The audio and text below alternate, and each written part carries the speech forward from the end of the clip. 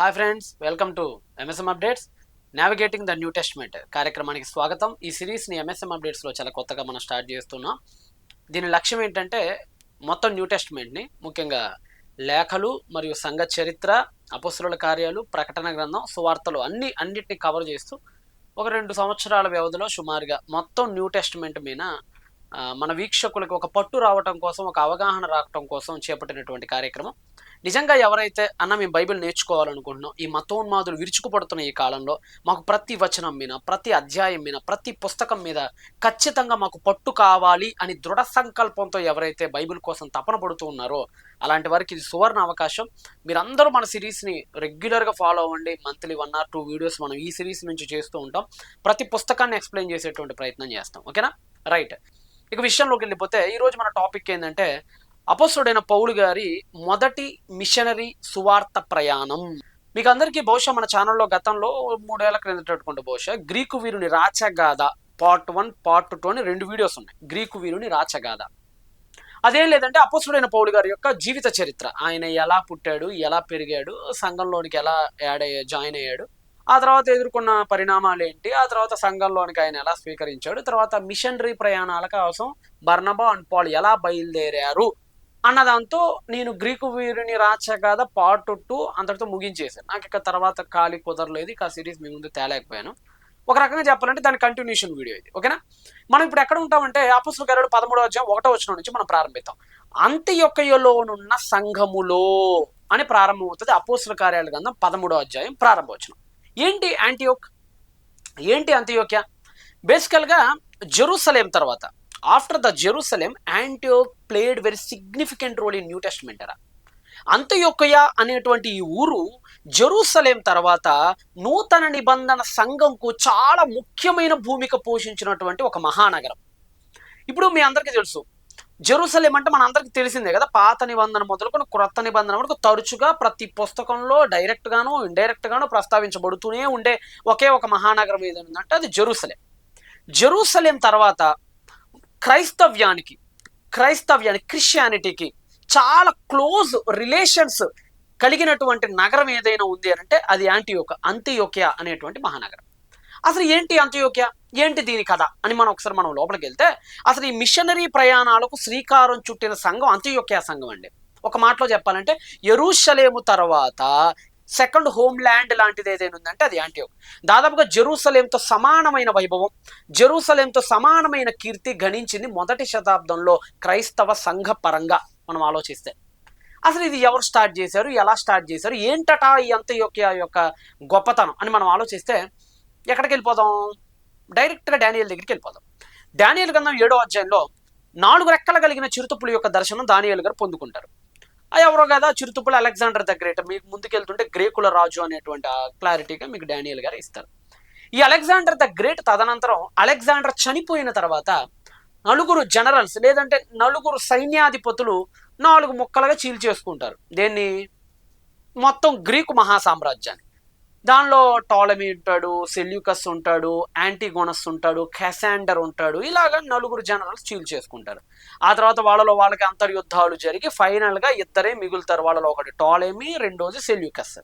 ఈ విధంగా Seleucus 1 Nicator అనేటువంటి వీడు 305వ సంవత్సరం BCలో సిరియా, ఇరాన్లోని అనేక ప్రాంతాలని, మైనర్ ఏషియాలోని అనేక ప్రాంతాలని పరిపాలనా కేంద్రంగా మార్చుకొని తన సెల్యూసిడ్ సామ్రాజ్యాన్ని స్థాపిస్తాడు.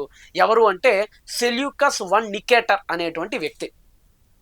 వీళ్ళ గురించి మనకి ఎందుకండి, అసలు వీళ్ళకి మనకేం సంబంధం అండి? కొంతమంది తెలియక ఏం మాట్లాడతారంటే అసలు ఇరాన్లు, సిరియాలు, లెబనాన్లు, ఇజ్రాయెల్, ఏరోజులు, ఆగస్టు అసలు ఏంద్ర బాబు మాకు ఇల్లులే, భారతదేశపు చరిత్ర భారతదేశపు రాజుల గురించి చెప్పండి అంటూ ఉంటారు. నిజమే, భారతదేశ గొప్పతనం భవిష్యత్తులో నా వీడియోస్లో నేను చాలా చెప్తాను. గతంలో కొన్ని చెప్పాను, భవిష్యత్తులో కూడా నేను కొన్ని చెప్తాను.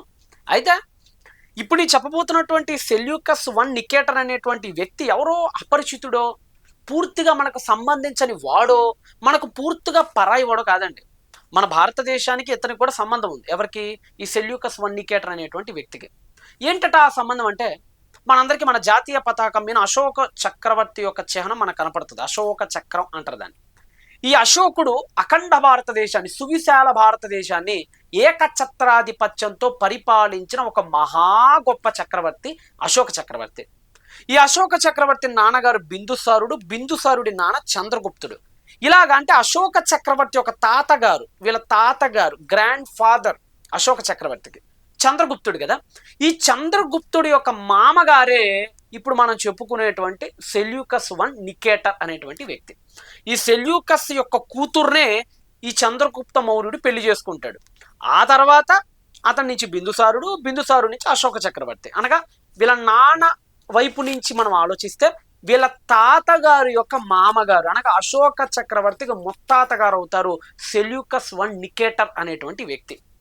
ఇక ఈ సెల్యూకస్ వన్ నికేటర్ అనేటువంటి వ్యక్తి అలెగ్జాండర్ తదనంతరం 305లో తనను తాను రాజుగా ప్రకటించుకున్న తర్వాత కొన్ని నగరాలను కట్టడం స్టార్ట్ చేస్తాడు. మొత్తం తన రాజ్యం మొత్తం, తన సెల్యూసిడ్ రాజ్యం మొత్తం మీద, అటు మైనర్ ఏషియాలో కొంత భాగం, ఇటు సిరియా, ఇటు ఇరాన్, లెబనాన్ లోని ఈ ప్రాంతాలలో కొత్త కొత్త నగరాలను కట్టడానికి పూనుకుంటాడు.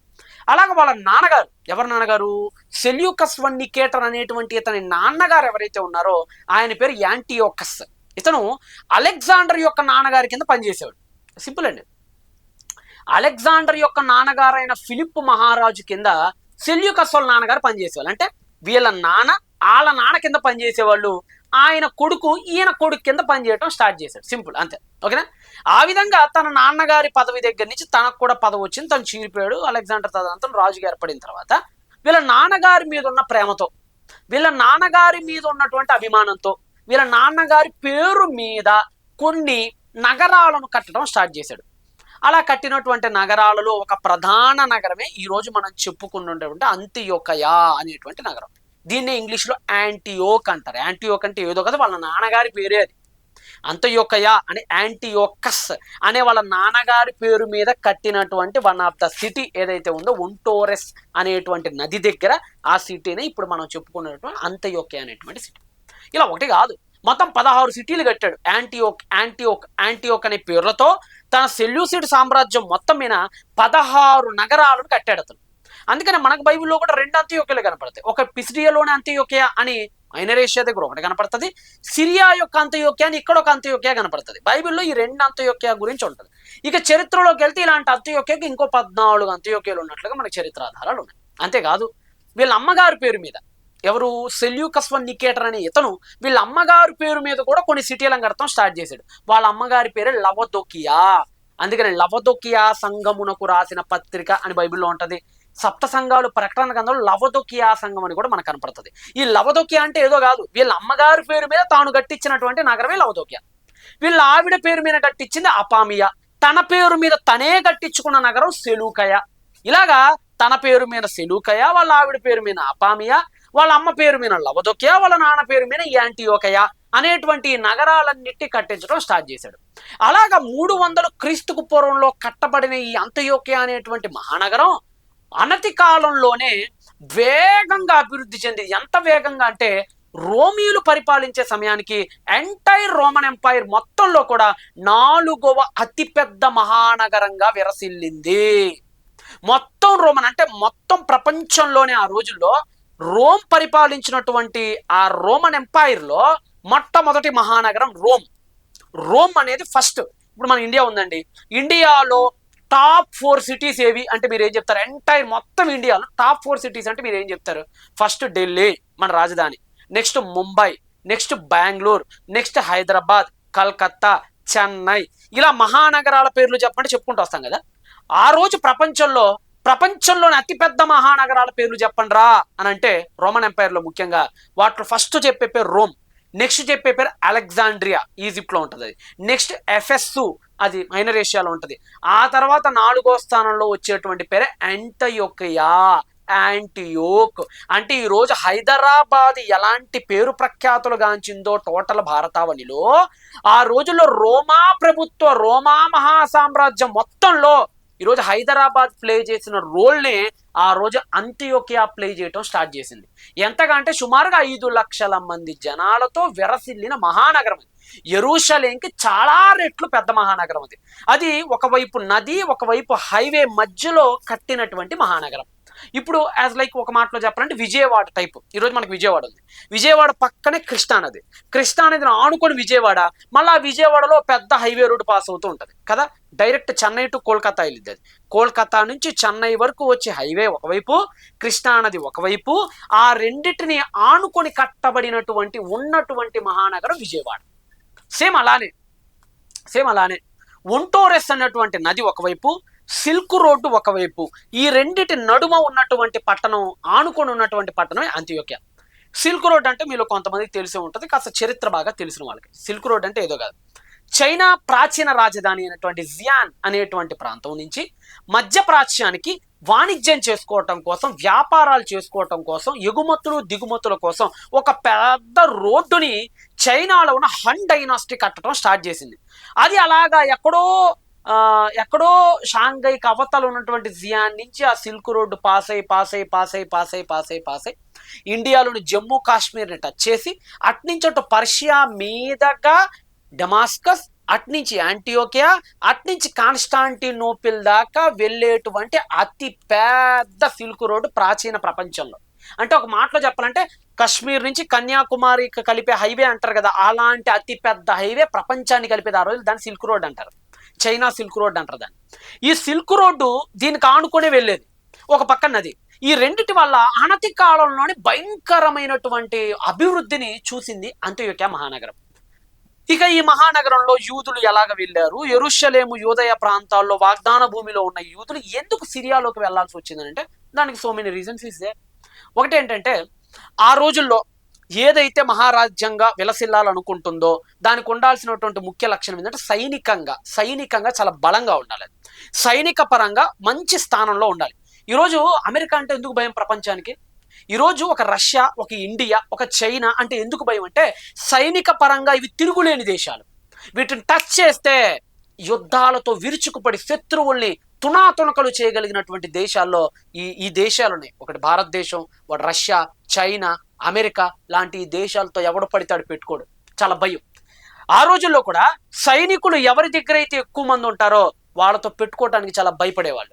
అలాగా తమను చూస్తే భయపడి గజ గజ గజ గజ వణకాలి అనేటువంటి ఉద్దేశంతో ఎన్నో రాజ్యాలు కూలీలను ఇచ్చి మరి సైనికుల్ని పిలిపించుకునే వాళ్ళు. ఆయా దేశాల్లో కూలి పనులు చేసుకునే వాళ్ళందరినీ సైనికులుగా పెట్టుకునేవాళ్ళు, వాళ్ళకి శిక్షణ ఇచ్చి కూలీ డబ్బులు కిరాయికి ఇచ్చి. అలాగా సిరియా యొక్క రాజు అయినటువంటి ఈ సెల్యూకస్ వన్ నికేటర్ ఎవరైతే ఉన్నాడో ఇతను యెరూషలేంలోను, యూదయ, గలిలియా, సమరయ ప్రాంతాల్లో ఉన్నటువంటి అనేక మంది యూదులకి నెలకి ఇంత జీతం నేను ఇస్తాను, మీరు వచ్చి మా దేశం కోసం ఆర్మీ వ్యవస్థగా పనిచేయండి అని అడిగినప్పుడు కొన్ని వేల మంది యూదులు కూలీ కోసం, కిరాయి కోసం ఈ యెరూషలేముని విడిచిపెట్టి 300 మైళ్ళ అవతల ఉన్నటువంటి ఈ అంత్యోక్య అనే మహానగరంలోకి వెళ్ళి, ఒక మాటలో చెప్పాలంటే ఆర్మీగా, మిలిటరీలుగా వెళ్ళి అక్కడ సెటిల్ అయిపోయారు. అలా కొంతకాలానికి సెటిల్ అయిపోయిన తర్వాత ఆ తర్వాత వాళ్ళ ఫ్యామిలీలో నుంచి ఎంతో బిజినెస్ చేసే వాళ్ళు పుట్టుకొచ్చారు, వ్యాపార లావాదేవీలు పుట్టుకొచ్చినాయి. అంత్యోక్య అనేది దేనికి ప్రసిద్ధి అంటేనండి ఏం లేదండి, క్లాత్, బట్టలకి చాలా ప్రసిద్ధి. బట్టలు అంటే విపరీతమైన ప్రసిద్ధి. ఈరోజు మనం ఉన్నామండి, పట్టు చీర అనగానే మీకు ఏం గుర్తొస్తుంది చెప్పండి? పట్టు చీర అనగానే మీకు ఒక ఊరు పేరు గుర్తొస్తుంది, కంచి పట్టు అంటారు కదా. కంచి పట్టు, పట్టు అంటే కంచి ఫేమస్, కాంచీపురం పట్టు, ధర్మవరం పట్టు, బెనారస్ పట్టు, ఇంకేమున్నాయి అలాగా, సిల్క్ అంటారు కదా ఇంగ్లీష్లో. ఇవి అంటే పట్టు అనగానే ఒక ఊరు పేరు గుర్తొచ్చింది. మిర్చి అనగానే గుంటూరు, బిర్యానీ అనగానే హైదరాబాద్, ఒక్కొక్క దానికి ఒక్కొక్కటి ఫేమస్ కదా. అలానే బట్టలు ఎక్కడ బాగా దొరుకుతాయిరా ఈ ప్రపంచంలో అంటే ఆ రోజుల్లో క్లాత్ ఆఫ్ యాంటియోక్రా, క్లాత్ అంటే యాంటియోక్ ఓడిదేరా అనేవాళ్ళు అనమాట.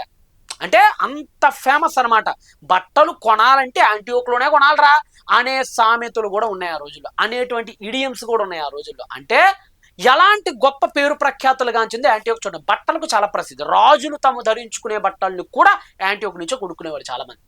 అంతెందుకండి, మన చైనా దేశంలో చనిపోయారు అనుకోండి, ఎవరైనా రాజులు చనిపోయారు అనుకోండి చైనా దేశంలో, ఈ ఫ్యూనరల్ కవర్స్ అంటారు.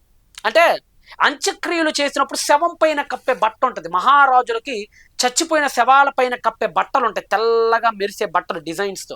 అలాంటి బట్టల్ని కూడా చైనా రాజులు యాంటియోక్లోనే తయారు చేయించి మరి తెప్పించుకునే వాళ్ళంటే అది ఎంత ఫేమస్ చూడండి. మొట్టమొదటి అంత్యోక్య అనగానే బట్టలకి విపరీతమైన ఫేమస్. నెక్స్ట్ కొండల పైన డిజైన్స్కి, నెక్స్ట్ మంచి శ్రేష్టమైన ద్రాక్ష వళ్ళు, ద్రాక్ష తీగలకి, ద్రాక్ష పళ్ళకి, అలాగా పెద్ద పెద్ద ఇంజనీర్స్కి, అంటే ఆ రోజుల్లో గొప్ప గొప్ప రాజులు ప్యాలెస్లు, నిస్సాడ సామ్రాజ్యపు రాజు అయితే తన ప్యాలెస్లు కట్టుకోవడానికి కూలీలను కూడా యాంటీయోక్ నుంచి తెప్పించుకుంటాడు. ఈ విధంగా ఎందరో నైపుణ్యకారులకి, ఆర్ట్స్కి, కళలకి పెట్టింది పేరుగా అంత్యోక్య మహానగరం ఉండేది. కాబట్టి యూదులు అక్కడికి వెళ్ళి సెటిల్ అయిపోయిన తర్వాత ఒకరి కింద పని చేయడానికి వాళ్ళు ఇష్టపడరు. వాళ్ళు ఎప్పుడు కూడా స్వతంత్రంగా బిజినెస్ చేసే మైండ్ ఎక్కువ ఉంటుంది యూదులకి. ఎందుకంటే మ్యాటర్ చాలా ఎక్కువ ఉంది, అందుకనే స్పీడ్ ఎక్కువ వెళ్తుంది నా సబ్జెక్ట్. ఎందుకంటే ఎంతో మ్యాటర్ ఉంది, ఇవన్నీ చెప్పేటప్పటికే నేను ఇంత స్పీడ్గా చెప్తే నాకు గంటన్నర పడుతుంది నాకు. అందుకనే కొద్దిగా స్పీడ్గా చెప్పే ప్రయత్నం చేస్తాను. మాట స్పష్టంగానే ఉంటుంది కాబట్టి మీరు తొందరగా క్యాచ్ చేస్తారని నేను అనుకుంటున్నాను. ఈ యూదులు ఎలాంటి వాళ్ళు అంటేనండి, ఒక మాటలో చెప్పాలంటే మన భారతదేశంలో మార్వాడీలు ఉన్నారు కదా, మార్వాడీలు టైప్ అనమాట. ఈరోజు మార్వాడీలు ఉన్నారు. మన భారతదేశం మొత్తం మీద చాలా తక్కువ, అది చాలా మైనారిటీ, అది చాలా తక్కువ ఉంటారు. నాకు తెలిసి 2 కోట్లు 2.5 కోట్లు ఏముంటే ఉండుండొచ్చును కాక, బహుశా మేబీ. వీళ్ళు ఉండటానికి చాలా తక్కువ మందే, కానీ వీళ్ళు పెట్టని వాణిజ్యం లేదు, వీళ్ళు అడుగు పెట్టని రంగం ఉండదండి. వాళ్ళు ప్రతి చోట సిగ్నిఫికెంట్ రోల్ ప్లే చేస్తారు వాళ్ళు. ఇప్పుడు ఉదాహరణకి ఆదిత్య బిర్లా గ్రూప్స్ ఎప్పుడైనా విన్నారా? అది మార్వాడీలదే. జేకే సిమెంట్ ఎప్పుడైనా విన్నారా? అది మార్వాడీలదే. జిందాల్ స్టీల్ ఎప్పుడైనా విన్నారా? అది మార్వాడీలదే. ఫ్లిప్కార్ట్ అని విన్నారా? దానికి ఎక్స్ ఒకప్పుడు మాజీగా ఉండేవాడు, ఆయన కూడా మార్వాడి వాడే. ఇంకేమున్నాయి మనకి, అంతెందుకు బజాజ్ ఫైనాన్స్ ఐడియా ఉంది మీకు? బజాజ్ ఫైనాన్స్ అది మార్వాడీలదే. ఇలా చెప్పుకుంటూ పోతే చాలా ఉన్నాయి. అలాగే ఆన్లైన్ పరిశ్రమలు ఏంది, స్నాప్ డీల్స్ ఏంటి, వస్త్రాలు అంతెందుకు రేమండ్ వస్త్రాలు అంటారు కదా, రేమండ్ అది కూడా మార్వాడీలదే. ఈ విధంగా మార్వాడీలు ఉండటానికి చాలా తక్కువ, కానీ వాళ్ళు చాలా పెద్ద పెద్ద బిజినెస్లో ఉంటారు. వాళ్ళు ఉన్న కొద్ది మంది కూడా యూతులు కూడా అలాంటి వాళ్ళు. ఈరోజు కోకోకోలా ఏంటి, మోటోరోలా ఏంటి, ఫ్లిప్కార్ట్లు ఏంటి, యూట్యూబ్లు ఏంటి, ఇన్స్టాగ్రామ్లు ఏంటి, వాట్సాప్ ఏంటి, ఇవన్నీ అలాయే యూదులయ్యే. వాళ్ళు తక్కువ మంది ఉన్నా సరే వాళ్ళు బిజినెస్లు చేసుకొని బాగా డబ్బులు సంపాదించి ధనవంతులు అవ్వాలనేటువంటి ఆ థాట్స్ కలిగిన వాళ్ళు ఎక్కువ మంది ఉంటారు జూయిష్లో. వీళ్ళు యాంటీయోక్ వెళ్ళిపోయి అక్కడ పెద్ద పెద్ద బట్టల పరిశ్రమలు పెట్టుకోవటం, అక్కడ యాంటీయోక్లో కుండలు తయారీలు పెట్టుకోవటం, డిజైన్స్ తయారీలు పెట్టుకోవటం, ఆ వాణిజ్యంలో ఆ సిల్క్ రోడ్లో ఏవైతే అవసరాలు ఉన్నాయో చైనా రాజులకి, ఏవైతే వ్యాపార లావాదేవీలకు పెట్టింది పేరో ఆ బిజినెస్ అన్నిటి వీళ్ళు చేసి బాగా భాగ్యవంతులుగా, బాగా ధనవంతులుగా, బాగా డబ్బున్న బిలియనీర్స్గా ఎదిగిపోయారు. ఒక మాటలో చెప్పాలంటే అంత్యోక్యలో ఉన్నటువంటి యూద సమాజం అక్కడికి వెళ్ళిపోయిన తర్వాత 300 సంవత్సరాలలో ఇంకా ఎంతగా అంటే యెరూషలేములో ఉన్నటువంటి రబ్బీలు, ఒక మాటలో చెప్పాలంటే ఇంకా గట్టి మాటలు ప్రీస్టులు, యాజకులు, దశమ భాగాలు వసూలు చేయడానికి ఏకంగా జెరూసలేం నుంచి గుర్రాలు వేసుకొని 300 మైళ్ళ అవతలకెళ్ళి దశమ భాగాలు వసూలు చేసుకొని వచ్చేవాళ్ళు. అంటే వాళ్ళు ఎంత ధనవంతులైతే అంత దూరం వెళ్ళేవాళ్ళు మీరు చూడండి. ఈ విషయాలని మీకు ఎందుకు చెప్పానంటే అంత్యోక్య మహానగరం ఆ రోజు ప్రపంచంలో టాప్ 4 మహానగరాలు ఒక మహానగరం. అక్కడ బిజినెస్లు చేసుకోవడానికి వెళ్ళిపోయి సెటిల్ అయినటువంటి యూదులు యేసుక్రీస్తు వారు మరణించి తిరిగి లేచిన తర్వాత మీకు అందరికీ తెలుసు పండుగ వచ్చింది. ప్రపంచంలోని యూదులందరూ పండుగ రోజు ఖచ్చితంగా జెరూసలేం టెంపుల్కి రావాలి. అలాగే యాంటీయోక్లో ఉన్నటువంటి యూదులు కూడా జెరూసలేం టెంపుల్కి వచ్చారు. అప్పుడు పేతురు గారి ప్రసంగం విన్నారు. పేతురు గారి ప్రసంగం విని చాలా మంది మారు మనసు పొందుకొని అక్కడి నుంచి యాంటీయోక్ తిరిగి వెళ్ళి అక్కడ చర్చ్గా స్టార్ట్ చేసుకుని ఒక సంఘాన్ని కట్టుకొని కొంతమంది యూదులు ఆ సంఘంలో అక్కడే ఆరాధన చేసుకుంటూ తమ క్రైస్తవ జీవితాన్ని గడుపుతూ ఉండేవాళ్ళు. అలా గడుపుతూ ఉన్నప్పుడు వాళ్ళని డిస్టర్బ్ చేయటానికే యూదా మత ఛాందసవాదులు సాల్ అనేటువంటి ఒక కరుడు గట్టినటువంటి యూదా మతవాదిని వాళ్ళ మీద కుసిగొల్పాడు. అతను అలా వెళ్తూనే క్రీస్తు ప్రత్యక్షత ద్వారా పట్టబడి అతను కూడా క్రిస్టియన్గా మారాడు. ఇకపోతే ఆ దగ్గరే కదా, ఆ డమాస్కస్ దగ్గరే కదా యాంటీయోక్. అందుకని చెప్పి బర్నబా ఏం చేశాడంటే అట్నుంచి యాంటీయోక్ తీసుకెళ్లారు. యాంటీయోక్ అనేది మీకు ఇందాక చెప్పినట్లుగా బాగా ధనవంతమైనటువంటి నగరం, దానికి తోడు ధనవంతమైన చర్చ్. కాబట్టి వాళ్ళు ఒక నిర్ణయించుకున్నారు, అరే ఈ గాస్పెల్ని, ఈ సువార్తని ప్రపంచం మొత్తం వ్యాపింపజేయాలి. మన క్రీస్తు వెళ్ళిపోతూ మాట చెప్పాడు, సర్వలోకమునికి సర్వ సృష్టికి సువార్త చెప్పమని చెప్పాడు.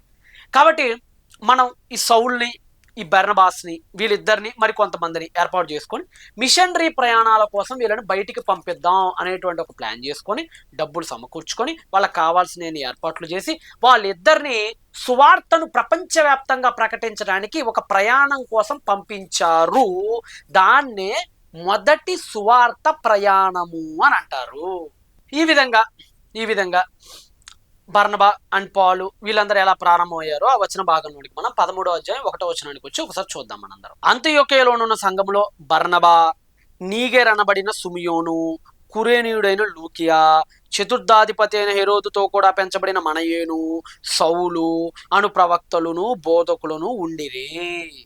ఒక మాటలో చెప్పాలంటేనండి, బాబేలు గోపురం దగ్గర మానవ జాతి ఏదైతే కోల్పోయిందో మరలా తిరిగి ఆ వైభవాన్ని తీసుకొచ్చింది సంఘము అని తెలియజేస్తున్నాడు అక్కడ పరిశుద్ధాత్ముడు మనకి. మనందరికీ తెలుసు, ఒకే జాతిగా ఉన్న మానవ జాతి భాషల వారీగా విడిపోయింది, ఖండాల వారీగా విడిపోయింది. ఎప్పుడు? బాబేల్ టవర్ అప్పుడు, ఆదికాండం 11వ అధ్యాయంలో. ఒకే జాతిగా ఉన్న ఈ మానవ జాతి భాషల వారీగా విడిపోయింది బాబేల్ దగ్గర. మరలా మరలా అనేక భాషలుగా విడిపోయిన ఈ ప్రజల్ని ఒకే జాతిగా తీసుకొచ్చింది చర్చ్ అనేటువంటి గొడుగు కిందకి. అది ఇక్కడ మనకు పరిశుద్ధాత్మ దేవుడు తెలియజేస్తున్నాడు. ఇక్కడ మనకి బర్నబా అని మొట్టమొదటి కనపడతాడు. ఎవరి బర్నబా? ఎక్కడి వాడు ఈ బర్నబా అంటే కుప్ర అనే ద్వీపానికి చెందినవాడు ఈ బర్నబా. అంటే కుప్ర అంటే ఏంటి? కుప్ర అంటే ఏం లేదు, అది యూరప్, ఐరోపా ఖండానికి, సాంస్కృతికంగా ఐరోపా ఖండం కిందకు వచ్చేటువంటి నగరం. టెక్నికల్గా అది ఆసియానే, టెక్నికల్గా ఆసియా కిందే ఉంటుంది, కానీ దాని సంస్కృతి, దాని భాష, దాని జీవన శైలి అంతా యూరప్తోనే కనెక్షన్ ఉంటుంది. ఇప్పటికీ కూడా సైప్రస్ అనే ల్యాండ్ ఇప్పటికి ఉంది, ఐలాండ్ ఇప్పటికీ ఉంది, సైప్రస్ అనే ఐలాండ్ ఇప్పటికీ అది ఐరోపా కింద. ఐరోపా దేశాల్లో ఇప్పటికి కూడా సైప్రస్ ఒకటి. సో బర్నబా ఐరోపా ఖండానికి చెందినటువంటి వ్యక్తి, యూరోపియన్ ఇతను. పౌలు అనగానే తార్సస్, ఆసియాకు చెందినటువంటి వ్యక్తి. సుముయోను నీగెర్ అనబడిన, నీగెర్ అంటే బ్లాక్ అని అర్థం, బ్లాక్ అనగా నల్లని వాడు, అనగా ఆఫ్రికా వాడు అని అర్థం. కురేనీయుడు అనగానే ఆఫ్రికా వాడు అని అర్థం. అంటే యూరప్కు చెందినటువంటి బర్నబాని, ఏషియాకి చెందినటువంటి పౌల్ని, ఆఫ్రికాకు చెందినటువంటి నిగెర్ అనబడిన సిమియోన్ని, ఈ 3 ఖండాల వాళ్ళు కలిసి ఒకటిగా ఒక సంఘంలో ఏర్పడ్డారు అని మనకు ఆత్మ ఇక్కడ చాలా క్లియర్గా చెప్తుంది. అంటే మనుషులు విడిపోయారు బాబేల్ దగ్గర, ఆ విడిపోయిన మనుషులు మళ్ళా కలిశారు చర్చ్ దగ్గర. యేసుక్రీస్తు ద్వారా విడిపోయిన మనుషుల్ని కలపటం దేవుడు ప్రారంభించారు సంఘంలో. సాతాను ఎక్కడైతే దెబ్బ కొట్టాడో ఆదికాండంలో, దాన్ని తిరిగి రిపేర్ పూర్తిగా పునఃస్థాపించడం జరుగుతుంది మనకు అపోస్తుల కార్యాల చరిత్రలో. కాబట్టి భిన్న భిన్న జాతుల వారు, భిన్న భిన్న ఖండాల వారు, భిన్న భిన్న భాషస్థులు అందరూ కలిసి ఒక సంఘంలో మెలిగారు. అలాంటి సంఘమే యాంటియోక్ అనేటువంటి సంఘం. ఇక వీళ్ళు ప్రారంభమై వీళ్ళ ప్రయాణాలు ఎట్నుంచి ఎటు సాగినాయి, ఎలా సాగినాయి, వాళ్ళు ఎదుర్కొన్న ఒడిదుడుకులేంటి, వాళ్ళు పడిన కష్టాలేంటి, శ్రమలేంటి, ఆనందాలేంటి, సంతోషాలేంటి, సుఖాలేంటి, బాధలేంటి, కష్టాలేంటి, ఖడ్గాలేంటి, క్షామాలేంటి అనేటువంటి విషయాలు నిదానంగా మనం వెళ్దాం.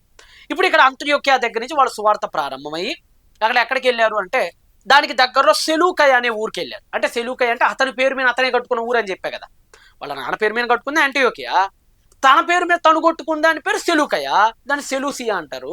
ఈ సెలూసియా అనే ఊరు 16 కిలోమీటర్లు, అంటే మా గుంటూరు నుంచి ఓ మంగళగిరి అంత దూరం వీళ్ళు అలాగ బయలుదేరి సెలూకయ అనేటువంటి ఒక పోర్ట్ సిటీ. అది అంటే సముద్ర ప్రాంతం, సముద్రపు గ్రామం, సముద్రం పక్కన ఉండే సిటీ.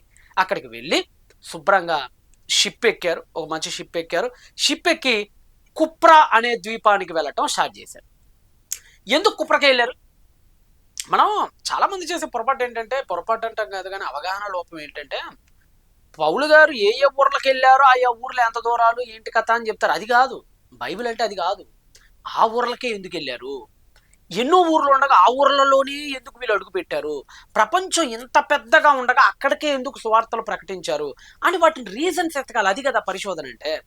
కానీ ఈరోజు చాలా మంది చేసే తప్పు ఏంటంటే, అక్కడి నుంచి సెలూకైకి వచ్చాడు, అక్కడి నుంచి శాలమిస్కి వెళ్ళాడు, అక్కడి నుంచి పాపోస్కి వెళ్ళాడు, అక్కడి నుంచి పెర్గకి వెళ్ళాడు, అక్కడి నుంచి యాంటియోకి వెళ్ళాడు, అక్కడి నుంచి ఈకోనియోకి వెళ్ళాడు, అక్కడి నుంచి లిస్ట్రాకి వెళ్ళాడు, అక్కడి నుంచి డెర్బస్కి వెళ్ళాడు, అలా అటాలియాకి వెళ్ళారు, ఇలా చెప్తారు. అలా కాదు. అంటే నా ఉద్దేశం ఏంటంటే, ఎందుకంటే వెళ్ళాడు, ఎందుకు ఆత్మ అటే వెళ్ళనిచ్చింది వాళ్ళని, ఇంకొక ఊరికి వెళ్ళనియొచ్చుగా. లేదంటే కుప్రకి వెళ్ళారు కదా, ఇప్పుడు కుప్రకు కాకుండా అలెగ్జాండ్రియా వెళ్ళొచ్చుగా, ఈజిప్ట్ వైపు వెళ్ళొచ్చుగా, లేదంటే బబులోన్ వైపు పరిగెత్తొచ్చుగా, లేదంటే ఇండియా వైపు రావచ్చుగా. ఎన్నో ఉన్నాయి కదా ల్యాండ్. ఎందుకు అక్కడికి వెళ్ళారు? మన రీజన్స్ ఎతకాలి ఎప్పుడు కూడా బైబిల్లో మన రీజన్స్ ఎత్తితేనే అసలు విషయం బయటపడింది మనకి.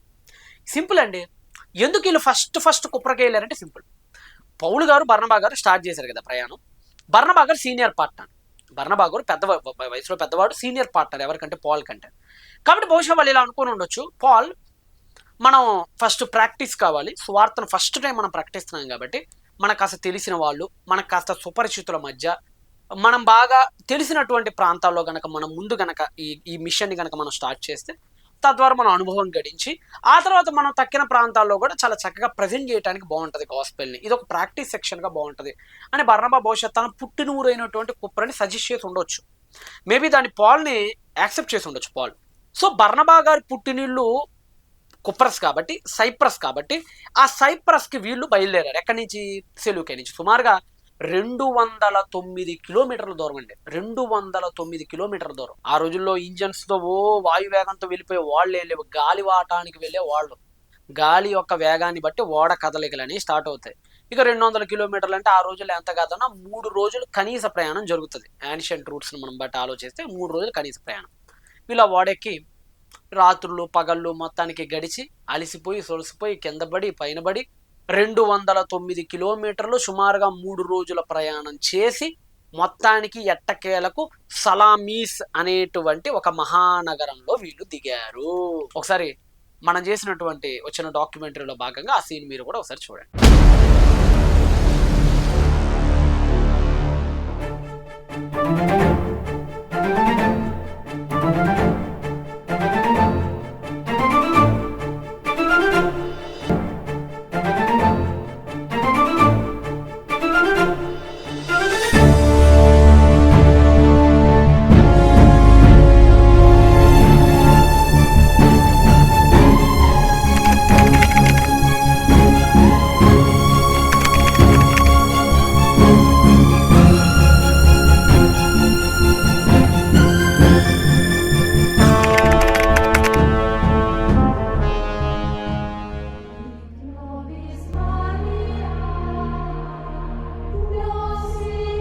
మిత్రమా పాల్, లే మిత్రమా, మిత్రమా పాల్, మన సైప్రస్ వచ్చేసింది, లే.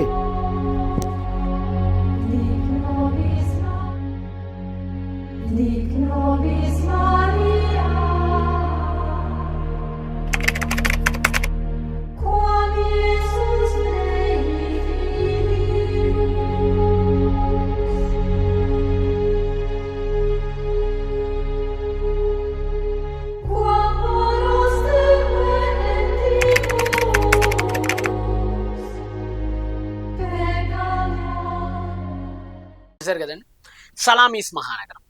ఏంటి సలామీస్? సలామీస్ మహానగరం అంటే ఏం లేదండి, ఆ రోజుల్లోనే 150,000 మంది జనాలతో అతిపెద్ద మహానగరంగా విరాజిల్లినటువంటి ఒక మహానగరమే సలామీస్ మహానగరం.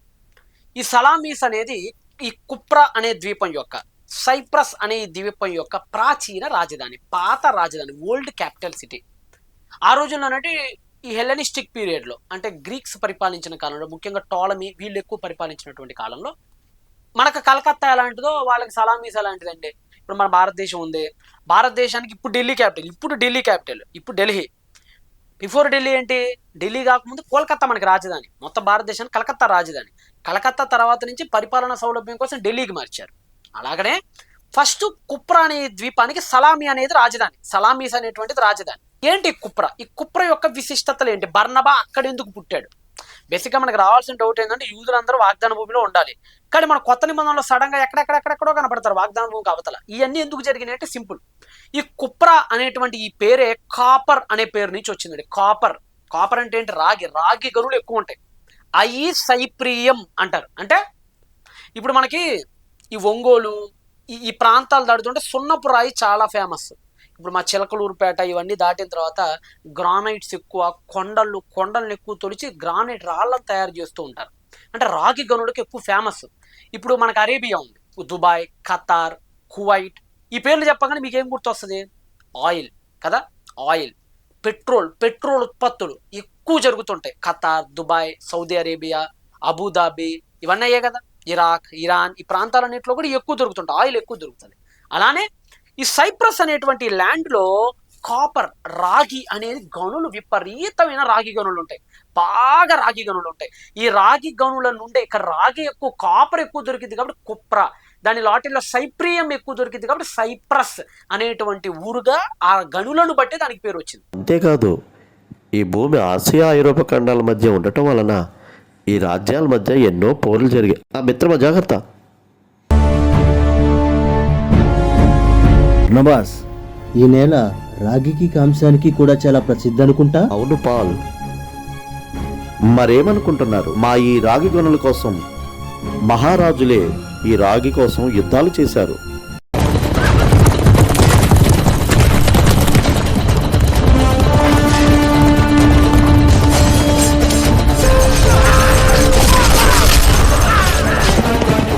అసలు వీళ్ళందరూ అక్కడికి ఎందుకు వెళ్ళారంటే ఇప్పుడు రాగి గనులు ఎక్కువ ఉండటాన్ని బట్టి ఆ రోజుల్లో సీజర్ అగస్టస్ ప్రపంచాన్ని పరిపాలించిన సీజర్ అగస్టస్, రోమన్ సామ్రాజ్యాన్ని పరిపాలించిన సీజర్ అగస్టస్ ఏం చేశాడంటే ఈ రాగి గనుల్ని తవ్వుకోరా అని చెప్పి హెరోడ్ ద గ్రేట్ కి ఇచ్చేశాడు. కొత్త నిబంధన గ్రంథంలో మనకి హెరాడ్ ద గ్రేట్ కనపడతాడు. ఈ హెరాడ్ కి సీజర్ అగస్టస్ రాగి గనులు ఇచ్చేశాడు, నువ్వే తవ్వుకొని నువ్వే చక్కగా ఉంచేసుకో అని చెప్పాడు. అప్పుడు హెరాడ్ ద గ్రేట్ ఏం చేసేవాడు అంటే రాగి గనులు తవ్వుకొని వాటిలో ఒక 100 రూపాయలు వచ్చిన అనుకోండి రాగి గనుల్లో 50 రూపాయలు తనకి 50 రూపాయలు రూమ్ కి పంపించేవాడు, అంటే సీజర్కి పంపించేవాడు. అలాగా 50-50 రాగి గనుల ద్వారా వచ్చినటువంటి ఆ లాభంలో 50 ఏమో ఇతనికి, ఎవరికి, హెరాడ్ ద గ్రేట్ కి, మహాహెరోదికి, మిగతా 50% సీజర్ గారికి, అలా పంపించుకుంటూ ఉండేవాళ్ళు. ఇలాగ రాగి గనులు తవ్వటానికి కూలీలు కావాలి కదా, మరి రాగి గనులు తవ్వాలంటే కూలీలు కావాలిగా. మరి ఎంత పెద్ద అండి, ఒక పెద్ద గనులు తవ్వాలంటే ఎంతమంది కార్మికులు కావాలి, ఎంతమంది కూలీలు కావాలి, ఎన్ని ఓడలు కావాలి, దాన్ని తరలించడానికి ఎంత పెద్ద మ్యాన్ పవర్ కావాలి. ఈ మ్యాన్ పవర్ కోసం హెరోద్ ఏం చేశాడు, మనోడు మన యెరూషలేం కింగ్ కదా, యూదియాకి అంత కింగ్ కదా, సో తన ప్రాంతంలో ఉన్నటువంటి యూదుల్ని మీకు డబ్బులు ఇస్తాను, మిమ్మల్ని చక్కగా చూసుకుంటానని చెప్పి కార్మికులుగా సైప్రస్కి పంపించాడు. అలా సైప్రస్కి పంపించిన వారి కుటుంబాలలో పుట్టిన వాడే బర్నబా, అందుకని కుప్రలో ఉంటాడు ఇతను. వీళ్ళు అక్కడ రాగి గనుల్లో ఉద్యోగం కోసం జాయిన్ అయ్యి కడకు అలాగా అభివృద్ధి చెంది వాళ్ళు కూడా బాగా ధనవంతులుగా మారి చివరికి పెద్ద పెద్ద ల్యాండ్స్ కొనుక్కొని, ఒక మాటలో చెప్పాలంటే సలామీస్ అనేటువంటి ఊర్లో వీళ్ళే డామినేటెడ్ పీపుల్ గా మారిపోయారు. డామినేటెడ్. ఇప్పుడు మనకి మారిషస్ గుర్తుందా మీకు? మారిషస్ ఆఫ్రికా దగ్గర ఉంటుంది. మారిషస్ లో 50% పైగా అందరూ హిందువులే ఉంటారు. వాస్తవానికి అది హిందూ దేశం కాదు మారిషస్. అంతకుముందు అక్కడ ప్రాచీన తెగలు నివసించే వాళ్ళు, క్రిస్టియానిటీ, ఇస్లాం ఎక్కువ ఉండేది. ఇప్పుడు 50% కంటే పైగా హిందువులు. వాళ్ళందరూ కన్వర్ట్ అయిన వాళ్ళు కాదు. మళ్ళా మన భారతదేశం నుంచి పనులు చేయడానికి కార్మికులుగా మారిషస్కి వెళ్ళి అక్కడే వాళ్ళు పనులు చేసుకొని, అక్కడే తోటల్లో వాళ్ళు పనులు చేసుకొని, బ్రిటిష్ వాళ్ళ కాలంలో అక్కడే సెటిల్డ్ అయిపోయి ఫ్యామిలీలు, చివరికి మొత్తం మారిషస్ ఇప్పుడు హిందూ రాష్ట్రంగా మారిపోయింది అక్కడ. ఒక మాటలో చెప్పాలంటే అలాగనే ఇండియాలో ఉన్న హిందువులు ఎలాగైతే అక్కడ పని చేసుకోవడానికి వెళ్ళిపోయి మారిషస్ మొత్తం హిందూ దేశంగా మారిపోయిందో, అలానే అనేక మంది యూదులు ఈ సైప్రస్కి వెళ్ళిపోయి డామినేటెడ్ ప్రాక్టీస్గా జుడాయిజం మారిపోయింది అక్కడ. గనుల తవ్వకాల్లో వాళ్ళే ఉంటారు, ఓడలు నడిపే వాళ్ళలో వాళ్ళే ఉంటారు, ఒక బలమైన రోల్ ప్లే చేశారు. ఒక మాటలో చెప్పాలంటే వాళ్ళు ఆడిందే ఆట పాడిందే పాట అన్నంత స్థాయికి అక్కడ యూదులు ఎదిగారు. చాలా మంది యూదులు అక్కడ ఎదిగారు. ఒక మాటలో చెప్పాలంటే ట్రాజన్ చక్రవర్తి టైంలో పెద్ద యుద్ధం జరిగింది. 2,50,000 మంది సైనికుల్ని పరిగెత్తించి కొట్టారు యూదులు ఆ రోజుల్లో అక్కడ. అంటే వాళ్ళు ఎంత పెద్ద మొత్తంలో అక్కడ సెటిల్డ్ అయిపోయారో చూడండి. అందుకని మనకి సైప్రస్ అనేటువంటి ఊర్లో సమాజ మందిరాలు ఎక్కువ కనపడుతుంటాయి. ఈ సలామీస్ అనే ఊర్లో ఫస్ట్ వీళ్ళు అడుగు మోపిన తర్వాత అక్కడ వీళ్ళు వాక్యం ప్రకటించారు. మనకి 13వ అధ్యాయానికి ఒకసారి వద్దాం. 13వ అధ్యాయం 4వ వచనం. కాబట్టి వీరు పరిశుద్ధాత్మ చేత పంపబడిన వారే సెలూకైకు వచ్చి, అంటే 16 కిలోమీటర్ల యాంటియోక్ నుంచి సెలూకైకు వచ్చి అక్కడ నుండి ఓడ ఎక్కి కుప్రకు వెళ్ళి సైప్రస్కి వెళ్ళారు. వారు సలమీలో ఉండగా యూదులు సమాజ మందిరములలో దేవుని వాక్యము ప్రచురించుచుండిరి. మీకు బైబిల్లో సమాజ మందిరము అని కనపడిందంటే ఒకటి గుర్తుపెట్టుకోండి, యూదులు ఎక్కువగా ఉన్నారు అక్కడ అని అర్థం. సమాజ మందిరం అనే పేరు మీకు కనపడలేదు అనుకోండి ఏదైనా ఊర్లో, అక్కడ పెద్ద యూదులు లేరు అని అర్థం. సింపుల్ చెప్పాలండి, అంతే కదండి. చర్చి ఒక చోట ఉందంటే అర్థం ఏంటి, అక్కడ క్రిస్టియన్ పాపులేషన్ ఉంది. మసీదు ఉందంటే అర్థం ఏంటి, ముస్లిం పాపులేషన్ ఉంది. ఆ ఊర్లో ఎక్కడ చర్చి లేదంటే అర్థం ఏంటి, క్రిస్టియన్ పాపులేషన్ లేదు. అలానే సినగోగ్ ఎక్కడైతే కనపడుతుందో మీకు బైబిల్ మొత్తంలో అక్కడ యూదులు ఎక్కువ ఉంటారని అర్థం. సలామీస్లో పెద్ద పెద్ద సినగోగులు ఉన్నాయి, పెద్ద, ఎందుకంటే వీళ్ళందరూ సెటిల్ అయిపోయి అక్కడ కట్టేసుకున్నారు సినగోగులు. ఆ సినగోగుల్లో ప్రవేశించి చదవండి. యూదులు సమాజ మందిరంలో దేవుడి వాక్యం ప్రచురించుచుండిరి. యోహాను వారికి ఉపచారము చేయువాడై ఉండెను. యోహాను ఎందుకు అంటే ఇలా బంధువు కదా, బర్నబాకి బంధువు అవుతాడు. ఒక మాటలో చెప్పాలంటే బర్నబాకి మేనల్లుడు వరుస అవుతాడు.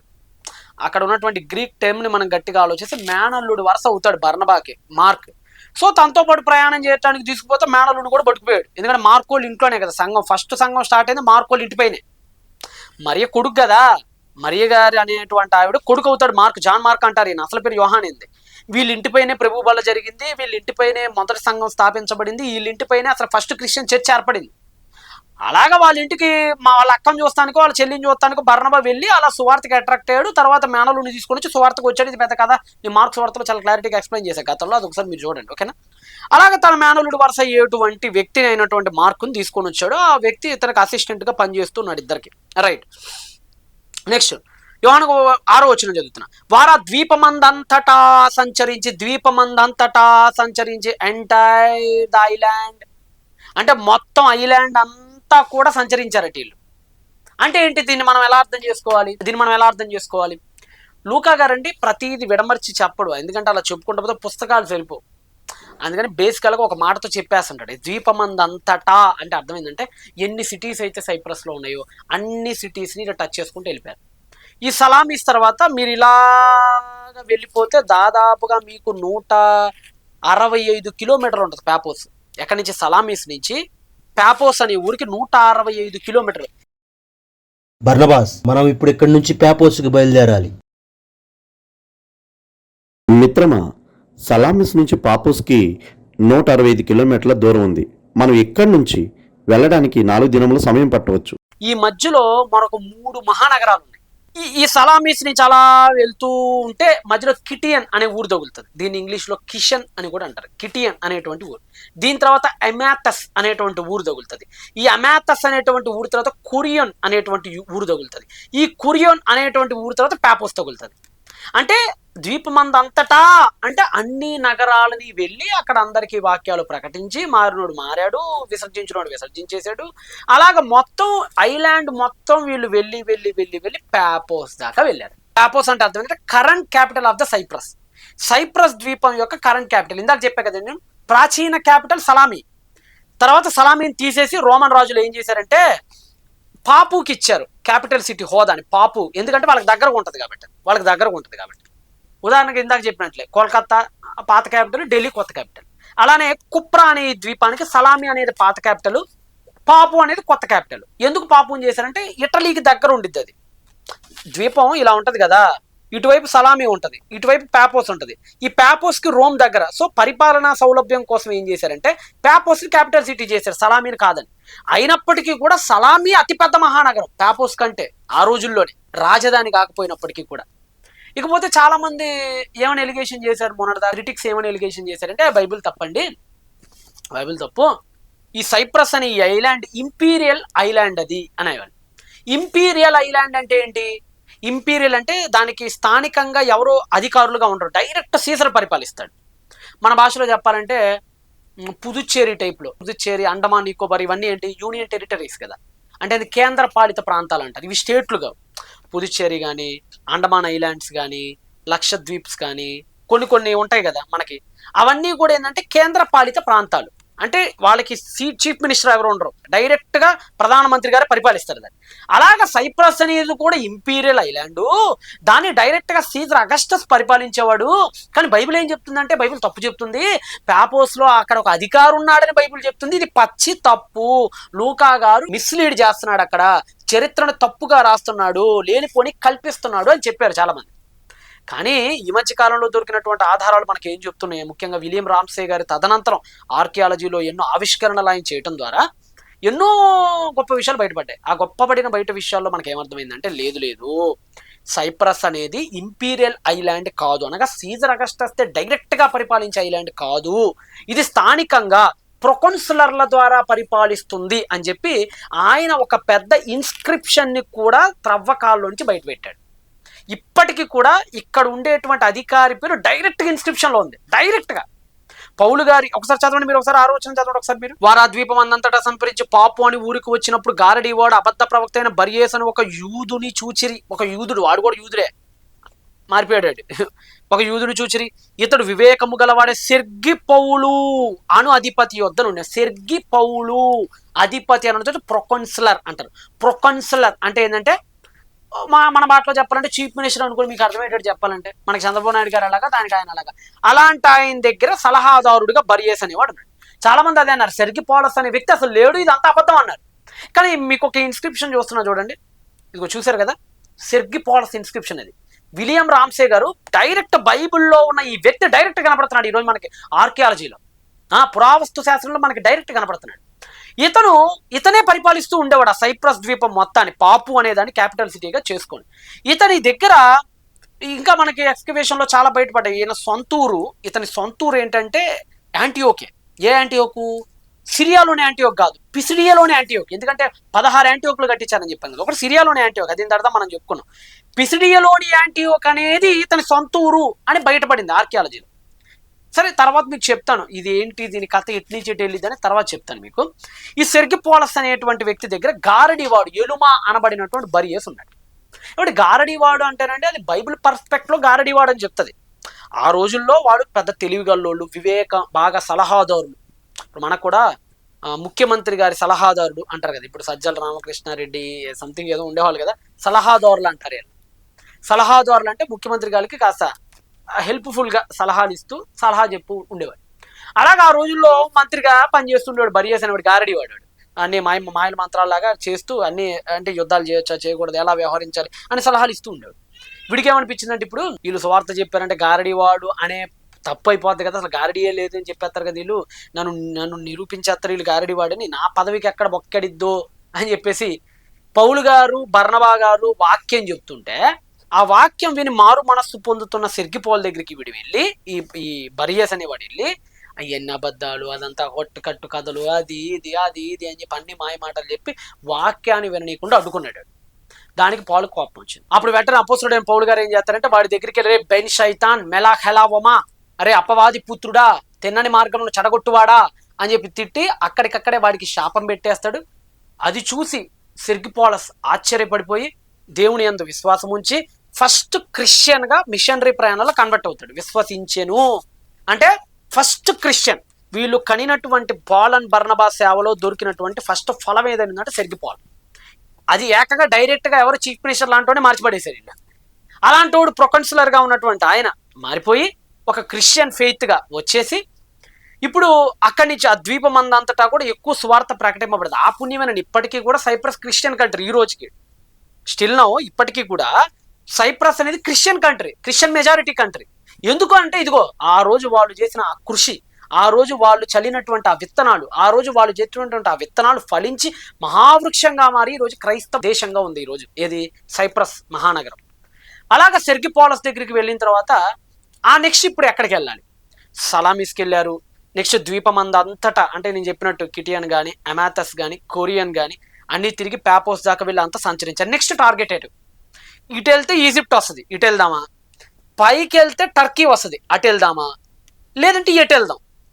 ఇప్పుడు ఆలోచిస్తూ కూర్చున్నారు ఇలా. ఆ నెక్స్ట్ బహుశా చరిత్రను బట్టి ఆలోచిస్తుంటే డాట్స్ను మనం కనెక్ట్ చేస్తూ ఉంటాయి. ఎందుకంటే బైబిల్ అనేది అన్ని విషయాలు డైరెక్ట్గా ఉండవు కదా, డాట్స్ పెడుతూ వెళ్ళిపోతుంటుంది బైబిల్.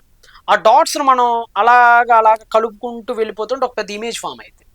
మన చరిత్రలో ఉన్నటువంటి కొన్ని ఆధారాలను తీసుకొని బైబిల్లో డాట్స్ను మనం కలపటం స్టార్ట్ చేస్తే ఆ నెక్స్ట్ వీళ్ళు అక్కడి నుంచి డైరెక్ట్ పెర్గేకి వెళ్తారు. పెర్గే అంటే 281 కిలోమీటర్లు అండి. అంటే దాదాపుగా 1 వీక్ జర్నీ, వారం 7 రోజుల పాటు జర్నీ అక్కడి నుంచి పాపోస్ అనేటువంటి ఇక్కడి నుంచి పెర్గా అనేటువంటి ఊరికి దాదాపుగా సముద్రం మీద ప్రయాణం చేయాలి.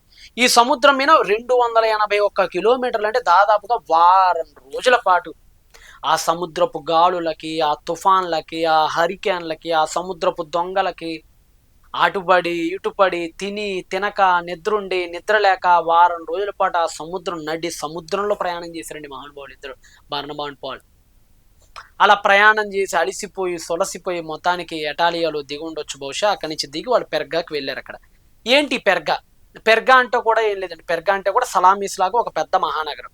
మనకి పౌల్ గారి స్ట్రాటజీస్ని బాగా ఆలోచిస్తుంటాయి. అంటే వ్యూహం అంటారు కదా, సువార్త వ్యూహాన్ని మనం చాలా జాగ్రత్తగా ఆలోచిస్తే ఇటు మొదటి missionary, second missionary, third missionary వీటన్నిటిలో కూడా ఆయన ఎక్కడికైతే వెళ్ళాడో ఆ ఊర్లన్నిటి మనం చరిత్ర పుటల్లోకి వెళ్ళి చూస్తే ఒక హైవే కనెక్ట్ అయి ఉంటుందండి ప్రతి ఊరికి. బైబిల్లో పేర్కొన్న ప్రతి మిషనరీ ప్రయాణించిన ప్రతి ఊరికి. అంటే ఇప్పుడు ఉదాహరణకండి ఇప్పుడు నేషనల్ హైవే కనెక్షన్స్ ఉన్నాయి కదా మనకి. ఇప్పుడు ఒక రాజమండ్రి, అక్కడి నుంచి విజయవాడ, అక్కడి నుంచి గుంటూరు, అక్కడి నుంచి ఒంగోలు, అక్కడి నుంచి నెల్లూరు, వీటన్నిటికీ ఏంటి ఒక నేషనల్ హైవే కనెక్ట్ అయి ఉంటుంది. అలానే పౌలు గారి మిషనరీ ప్రయాణాల్లో చేసిన ఊర్లన్నిటినీ కనుక మ్యాప్ మీద మనం పడితే వాటన్నిటికీ ఒక పెద్ద హైవే కనెక్ట్ అయి ఉంది. దాన్నే వయా సెబాస్టే అంటారు ఆ హైవేని. అసలు వీళ్ళు వచ్చిందే పెర్గాకి వయా సెబాస్టే కోసం. ఒకసారి ఆ సీన్ కూడా చూడండి. అదిగో అదే వయా సెబాస్టే. ఆ దారి దెర్బే దాకా మనకు తోడుంటుంది. అసలు ఈ రోడ్డు కోసమే మనం ఇటు వచ్చాం. అది లేకపోతే మన ప్రయాణం ఇంకా కష్టమయ్యేది బర్నబాస్. చూసారు కదా, వయా సెబాస్టే ఈ ఊరు కోసమే అసలు ఈ హైవే. దీన్ని 6 BCలో అగస్టస్ చక్రవర్తి ఏం చేశాడంటే, ఈ ప్రాంతాల్లో ఎక్కువగా దొంగలు, బందిపోటు దొంగలు, సముద్రపు దొంగలతో ఎక్కువ బెడద ఉందండి వీళ్ళకి. ఎవరికి? ఆ నివాసులకు. అందుకని అక్కడ ఎవరు ఉండటానికి ఇష్టపడట్ల ఆ ల్యాండ్స్లో. అందుకని అప్పుడు అగస్టస్ ఏం చేశాడంటే, అరే మనం ఒక మంచి ఇన్ఫ్రాస్ట్రక్చర్ ఇవ్వగలగాలి. అప్పుడే కదా ఎవడైనా నివసించేది, అప్పుడే కదా ఓ మంచి రోడ్డు ఉండాలి, ఓ మంచి కాలనీస్ మనం కట్టినప్పుడే కదా జనాలు ఎక్కడైనా ఉండగలిగేది. ఇప్పుడు జగనన్న కాలనీస్ ఉంటాయి కదా, ఆ టైప్ అనమాట. అలానే ఏం చేద్దాం అని అగస్టస్ ఆలోచించి ఒక మంచి రోడ్ని వేయాలి. ఒక మంచి రోడ్ని కనుక మనం వేయగలిగితే ఆ ఊర్లన్నిట్లో ఆ రోడ్డు వల్ల అభివృద్ధి చెందితే జనాలు నివసిస్తారు, దొంగల బెడద నుంచి మన రాజ్యాన్ని మనం కాపాడుకోవచ్చు అనేటువంటి ఉద్దేశంతో 6 BCలో అనగా యేసుక్రీస్తు వారు జన్మించక మునిపే ఈ లోకంలో ఆయన ఒక రోడ్డు కట్టడం స్టార్ట్ చేశాడు. అది దాదాపుగా పెర్గా నుంచి స్టార్ట్ అయ్యి యాంటియోక్ మీదగా ఐకోనియం నుంచి లిస్ట్రా నుంచి దెర్బే దాకా ఒక పెద్ద నేషనల్ హైవే ఫామ్ అయి ఉంటుంది. దీన్నే వయా సెబాస్టే అనే హైవే అంటారు. అసలు ఈయన స్ట్రాటజీలో ముఖ్యమైన భాగమే అది. చిన్నప్పుడు స్టాక్ అండ్ స్మాష్ గేమ్ ఆడారు ఎప్పుడైనా మీరు? నేను ఇప్పుడు కూడా ఆడుతూ ఉంటాను అప్పుడప్పుడు ఎగ్జిబిషన్కి వెళ్ళినప్పుడు. స్టాక్ అండ్ స్మాష్ అంటే ఏంటంటే, పిరమిడ్ షేప్లో గ్లాసెస్ అన్ని ఒకదాని మీద ఒకటి పెడతారు. పిరమిడ్ షేప్లో గ్లాసెస్ అన్ని ఒకదాని మీద ఒకటి పెడతారు. మన చేతికి బాలో ఏదో ఒక థింగ్ ఇస్తారు, వస్తువు ఇస్తారు. దాన్ని గురి చూసి కొట్టాలి. దాన్ని అలా గురి చూసి కొడితే పిరమిడ్ షేప్లో ఉన్న గ్లాసెస్ అన్ని బొత్తిగా కింద పడిపోవాలి. ఒకటి కూడా స్టాండ్లో ఉండకూడదు, నుంచోకూడదు. అలా మొత్తం పడిపోతే అప్పుడు ఏదో గిఫ్ట్ మనకి ఇస్తారు. ఆ టెడ్డీ బేర్ ఇస్తాడు చిన్నపిల్లలు ఆడుకోవడానికి, లేదంటే అడిష్టం వాడు ఏదైతే పెడతాడో అది ఇస్తాడు, పెద్ద బ్యాగ్స్ కానీ అలాంటివి ఏమైనా ఇస్తాడు. దీన్ని స్టాక్ అండ్ స్మాష్ అంటారు ఇలాంటి గేమ్స్ని. అలాగనే అంటే ఈ విషయం మీకు ఎందుకు చెప్తున్నానంటే, ఈ అవన్నీ పడిపోవాలంటే బాల్ని కరెక్ట్గా దాని యొక్క మధ్య భాగం ఉంటుంది, అక్కడ కనుక టచ్ చేస్తే మొత్తం పడిపోద్ది. అక్కడ అలాంటి భాగంలో టచ్ చేస్తేనే ఆ గేమ్లో మనం విన్ అవ్వగలుగుతాం. అలాగనే పౌలు గారు కూడా స్టాక్ అండ్ స్మాష్ గేమ్ ఆడాడు ఆ రోజుల్లో. ఏంటి స్టాక్ అండ్ స్మాష్ గేమ్ అంటే, ఎక్కడికి వెళ్ళి సువార్త చెబితే మొత్తం రోమన్ ఎంపైర్ షేక్ అయిద్దో, ఎక్కడికెళ్ళి సువార్త చెబితే ఎంటైర్ వరల్డ్ అంతా షేక్ అయి కూర్చునిద్దో, అందరికీ ఒక్కసారిగా సువార్త జ్వాలలు వెళ్ళిపోతాయో, ఆ పాయింట్లోకి వెళ్ళి ఆయన స్టాక్ అండ్ స్మాష్ చేయాలండి. ఇప్పుడు ఆయన ఈ సువార్తను అక్కడికి వెళ్ళి చెప్పాలి. ఆ రోజుల్లో గలేషియా అనేటువంటి ఈ భూభాగం, ఈ వయా సెబాస్టే అనేటువంటి ఈ రోడ్డుకు చుట్టుపక్కల ఉన్న భూమి హాట్ పాయింట్ లాంటిది మొత్తం రోమన్ ఎంపైరిజానికి. మొత్తం రోమన్ ఎంపైర్కి ఒక హాట్ పాయింట్ అనమాట. అక్కడ కనుక కొట్టాడంటే రోమ్ మొత్తానికి అర్ధరాత్రిలో పాకేసింది సువార్త. హైపర్బోలిక్గా చెప్తున్నా, అలాంటి ప్రాంతం. అందుకని అనుకున్నాడు, రే మనం డైరెక్ట్గా వెళ్ళటం పెర్గాకి వెళ్ళిపోవాలి. అక్కడి నుంచి వయా సెబాస్టే ఉంటుంది, అక్కడి నుంచి మన యాంటియోక్, అక్కడి నుంచి ఆ తర్వాత ప్లాన్స్ అన్ని పరిశుద్ధాత్ముడు నిదానంగా రచించడం స్టార్ట్ చేస్తాడు. కాబట్టి ఇంకొక యాంగిల్ కూడా ఉంది ఇక్కడ. నేను ఇందాక చెప్పాను కదా, సెర్గిపాలస్ ఉన్నాడు కదా, ఈ సైప్రస్ యొక్క ప్రొకాన్సులర్. ఈ సైప్రస్ ప్రొకాన్సులర్ అండ్ సెర్గిపాలస్ యొక్క అసలు ఊరు కూడా యాంటియోక్ ఆఫ్ పిసిడియా అని తేలింది ఈ మధ్య దొరికినటువంటి త్రవ్వకాల్లో. అంటే బహుశా అక్కడ ఇంకోటి కూడా జరిగి ఉండొచ్చు. తాను మారాడు కదా, సెర్గిపాలస్ మారాడు కదా, మారిన తర్వాత పాల్ అండ్ బర్నబాస్ ప్లీజ్ నా మనవిని ఆలకించండి, నేను ఉన్న ఊరు, నా బంధుమిత్రులో ఉన్న ఊరు అంతా కూడా యాంటియోక్ ఆఫ్ పిసిడియా. సో మీరు దయచేసి అక్కడికి వెళ్ళి మా జనులకు కూడా స్వార్థ చెప్పండి అని బహుశా మేబీ అని ఉండవచ్చు. అందుకని నెక్స్ట్ డెస్టినేషన్ మనకు అదే అవుతుంది, యాంటియోక్ ఆఫ్ పిసిడియా మేబీ అయి ఉండొచ్చు. సో పరిశుద్ధాత్ముడి నడిపింపు కానీ, సెర్గిపాలస్ యొక్క మనవి కానీ, పాల్ యొక్క స్ట్రాటజీస్ కానీ, ఆ మూడు కలగలిపి వీళ్ళు పెర్గాకి వెళ్ళడం స్టార్ట్ చేశారు. అలా పెర్గాకి వెళ్ళి ఎంత 281 కిలోమీటర్లు అనగా వారం రోజులు చలిగాలుల నడుమ వీళ్ళు పెర్గాకి వెళ్ళి పెర్గా దగ్గర దిగి ఆ పెర్గా అనే దగ్గర వాక్యం చెప్పి మరలా అక్కడి నుంచి యాంటియోక్ వెళ్ళటం బయలుదేరారు. అక్కడి నుంచి యాంటియోక్ ఎంత అంటే సుమారుగా 190 కిలోమీటర్ల దూరం అండి, అనగా 5 రోజుల ప్రయాణం. ఈ పెర్గా నుంచి యాంటియోక్ వెళ్తారు. ఎందుకు యాంటియోక్? అసలు ఏంటి యాంటియోక్ యొక్క చరిత్ర ఏంటి, నేపథ్యం ఏంటంటే సింపుల్ అండి. ఈ సముద్రపు దొంగల నుంచి, ఆ రోజుల్లో ప్రభుత్వ వ్యతిరేక తిరుగుబాట్లు ఎక్కువ ఉండే. ఇప్పుడు బంగ్లాదేశ్లో తిరుగుబాటు జరుగుతుంది చూసారా, ప్రైమ్ మినిస్టర్గా మాకు ఆవిడ వద్దు అని చెప్పి తిరుగుబాట్లు జరుగుతున్నాయి కదా. ఆ రోజుల్లో తిరుగుబాట్లు అనేవి చాలా సహజం. అగస్ట సీజర్లకు వ్యతిరేకంగా, చక్రవర్తులకు వ్యతిరేకంగా మాకు స్వతంత్ర రాజ్యాలు కావాలి, ఫ్రీడమ్ ఫైటర్స్ చాలా మంది తిరుగుబాట్లు చేసేవాళ్ళు. ఈ తిరుగుబాట్లను అణిచివేయటానికి కొంతమంది సైనికులు ఉండాలి ఆయా ప్రాంతాల్లో. అందుకని ఆయా ప్రాంతాల్లో ఎక్కువ తిరుగుబాట్లు ఉన్నాయి, బందిపోటు దొంగలు ఉన్నారు, సముద్రపు దొంగలు ఉన్నారు, వీళ్ళందరినీ మనం అణిచివేయాలి అనే ఉద్దేశంతో ఒక కొత్త నగరాన్ని నిర్మించడం స్టార్ట్ చేశారు. ఆ నగర నిర్మాణంలో భాగంగా కట్టబడిందే యాంటియోక్ ఆఫ్ పిసిడియా. యాంటియోక్ మనకు బాగా తెలుసు. సముద్రపు దొంగల దాడులతో అనుదినం రక్తసిక్తమైన ఈ ప్రాంతం చాలా ప్రమాదకరం. అందుకనే ఆ గలేషియన్స్ దాడుల నుండి రక్షించడానికి రాజు కట్టించిన మహాపట్టణం. రక్షణ దళం చాలా పటిష్టంగా ఉంటుంది. మనం జాగ్రత్తగా ఉండాలి. ఇక్కడ ఎక్కువగా కూడా ఆర్మీ, మిలిటరీ వాళ్ళు, అంటే మన భాషలో చెప్పాలంటే మిలిటరీ చెక్ పోస్టులు ఎక్కువ ఉంటాయి. ఈ యాంటియోక్ అనేది ఒక మాటలో చెప్పాలంటే రిమోట్ కంట్రోల్ సిటీ అనమాట ఇది. ఓకేనా? వాళ్ళతో పాటుగా సాధారణ పౌరులు నివసిస్తూ ఉంటారు. అక్కడ సినగోగులో వీళ్ళు వాక్యం చెప్పడానికి బయలుదేరారు. మనం ఏమనుకుంటామంటే సాధారణంగా ఏముందంటే పోలాండ్ పరంపర డైరెక్ట్గా వెళ్ళిపోయింటారు, టక్ టక్ టక్ టక్ టక్ నడిచేసి వెళ్ళిపోయింటారు. తెలంగాణనే ఆ సమాజ మందిరం అంటారు సినగోగ్స్, అక్కడికి వెళ్ళి వాళ్ళందరూ వాక్యం ఇచ్చేసి ఉంటారు. వాక్యం చెప్పేసి అంత కదేం జల్లదు. పాతకాలాల్లో ఎవరికి పడితే ఆడికి వాక్యం ఈరు. ఒక సినగోగులో వాక్యం చెప్పాలంటే చాలా పెద్ద కథ ఉంటుంది. మీరు యాన్షియంట్ జూయిష్ లిటరేచర్స్ చదివితే ఎవరికైనా వాక్యం ఇవ్వాలంటే ఫస్ట్ ప్రిఫరెన్స్ యాజకుడు అయితేనే ఇస్తారు. యాజకుడు కాకపోతే నెక్స్ట్ ప్రిఫరెన్స్ లేవీయులకైతే ఇస్తారు. ఈ రెండుటి దాటిన తర్వాతే ఒక లేవీ యాత్రుడి దగ్గరికి వాక్యం వెళ్ళే అవకాశం ఉంటుంది. మీ జూయిష్ లిటరేచర్ చదవండి, మీరు ప్రాచీన యోధ సాహిత్యాలు మీరు చదవండి. ఇప్పుడు బర్నబా యొక్క సహకారం చాలా అవసరం. ఎవరికి? పాల్కి. ఎందుకంటే బర్నబా ఎవరు? లేవీయుడు. బర్నబా లేవీయుడు కనుక ఇతనికి పరిచయాలు ఎక్కువ ఉంటాయి. వాళ్ళు లేవీలు కదా. సమాజ మందిరాలు రన్ చేసేది ఎవరండి? యాజక వృత్తులు లేవీలే కదా. పాల్ లేవీయుడు కాదు. పాల్కి ఎక్కువ సంబంధాలు ఉన్నాయి వాళ్ళతో. బర్నబాకి ఎక్కువ రిలేషన్స్ ఉంటాయి వాళ్ళతో. ఎందుకంటే సైప్రస్ అది పక్క పక్కనే ఆయన లేవీడు, ఆ లేవీడు కాబట్టి ఈయన ముందు వెళ్ళాలి, అక్కడ ఉన్న సమాజ మందిరపు అధికారులతో వెళ్ళాలి, వాళ్ళతో కొన్నాళ్ళు ప్రయాణం చేయాలి, వాళ్ళతో కొన్నాళ్ళు గడపాలి, వాళ్ళు ఇతనికి నచ్చాలి, ఇతను తాను పరిచయం చేసుకోవాలి, మేము పలానా ఊరని చెప్పాలి, పలానా సిద్ధాంతం అని చెప్పాలి, పలానా స్కూల్ అని చెప్పాలి, అక్కడి నుంచి వచ్చామని చెప్పి వాళ్ళందరినీ ఒప్పించి అక్కడ అవకాశం తెప్పించి అప్పుడు పాల్ని అక్కడ కూర్చోబెట్టాలి. ఒక మంచి సీన్ చూసేయండి లోపల. వచ్చే సబ్బాతు కల్లా నీకు వాక్యం బోధించే అవకాశం కల్పించగలను.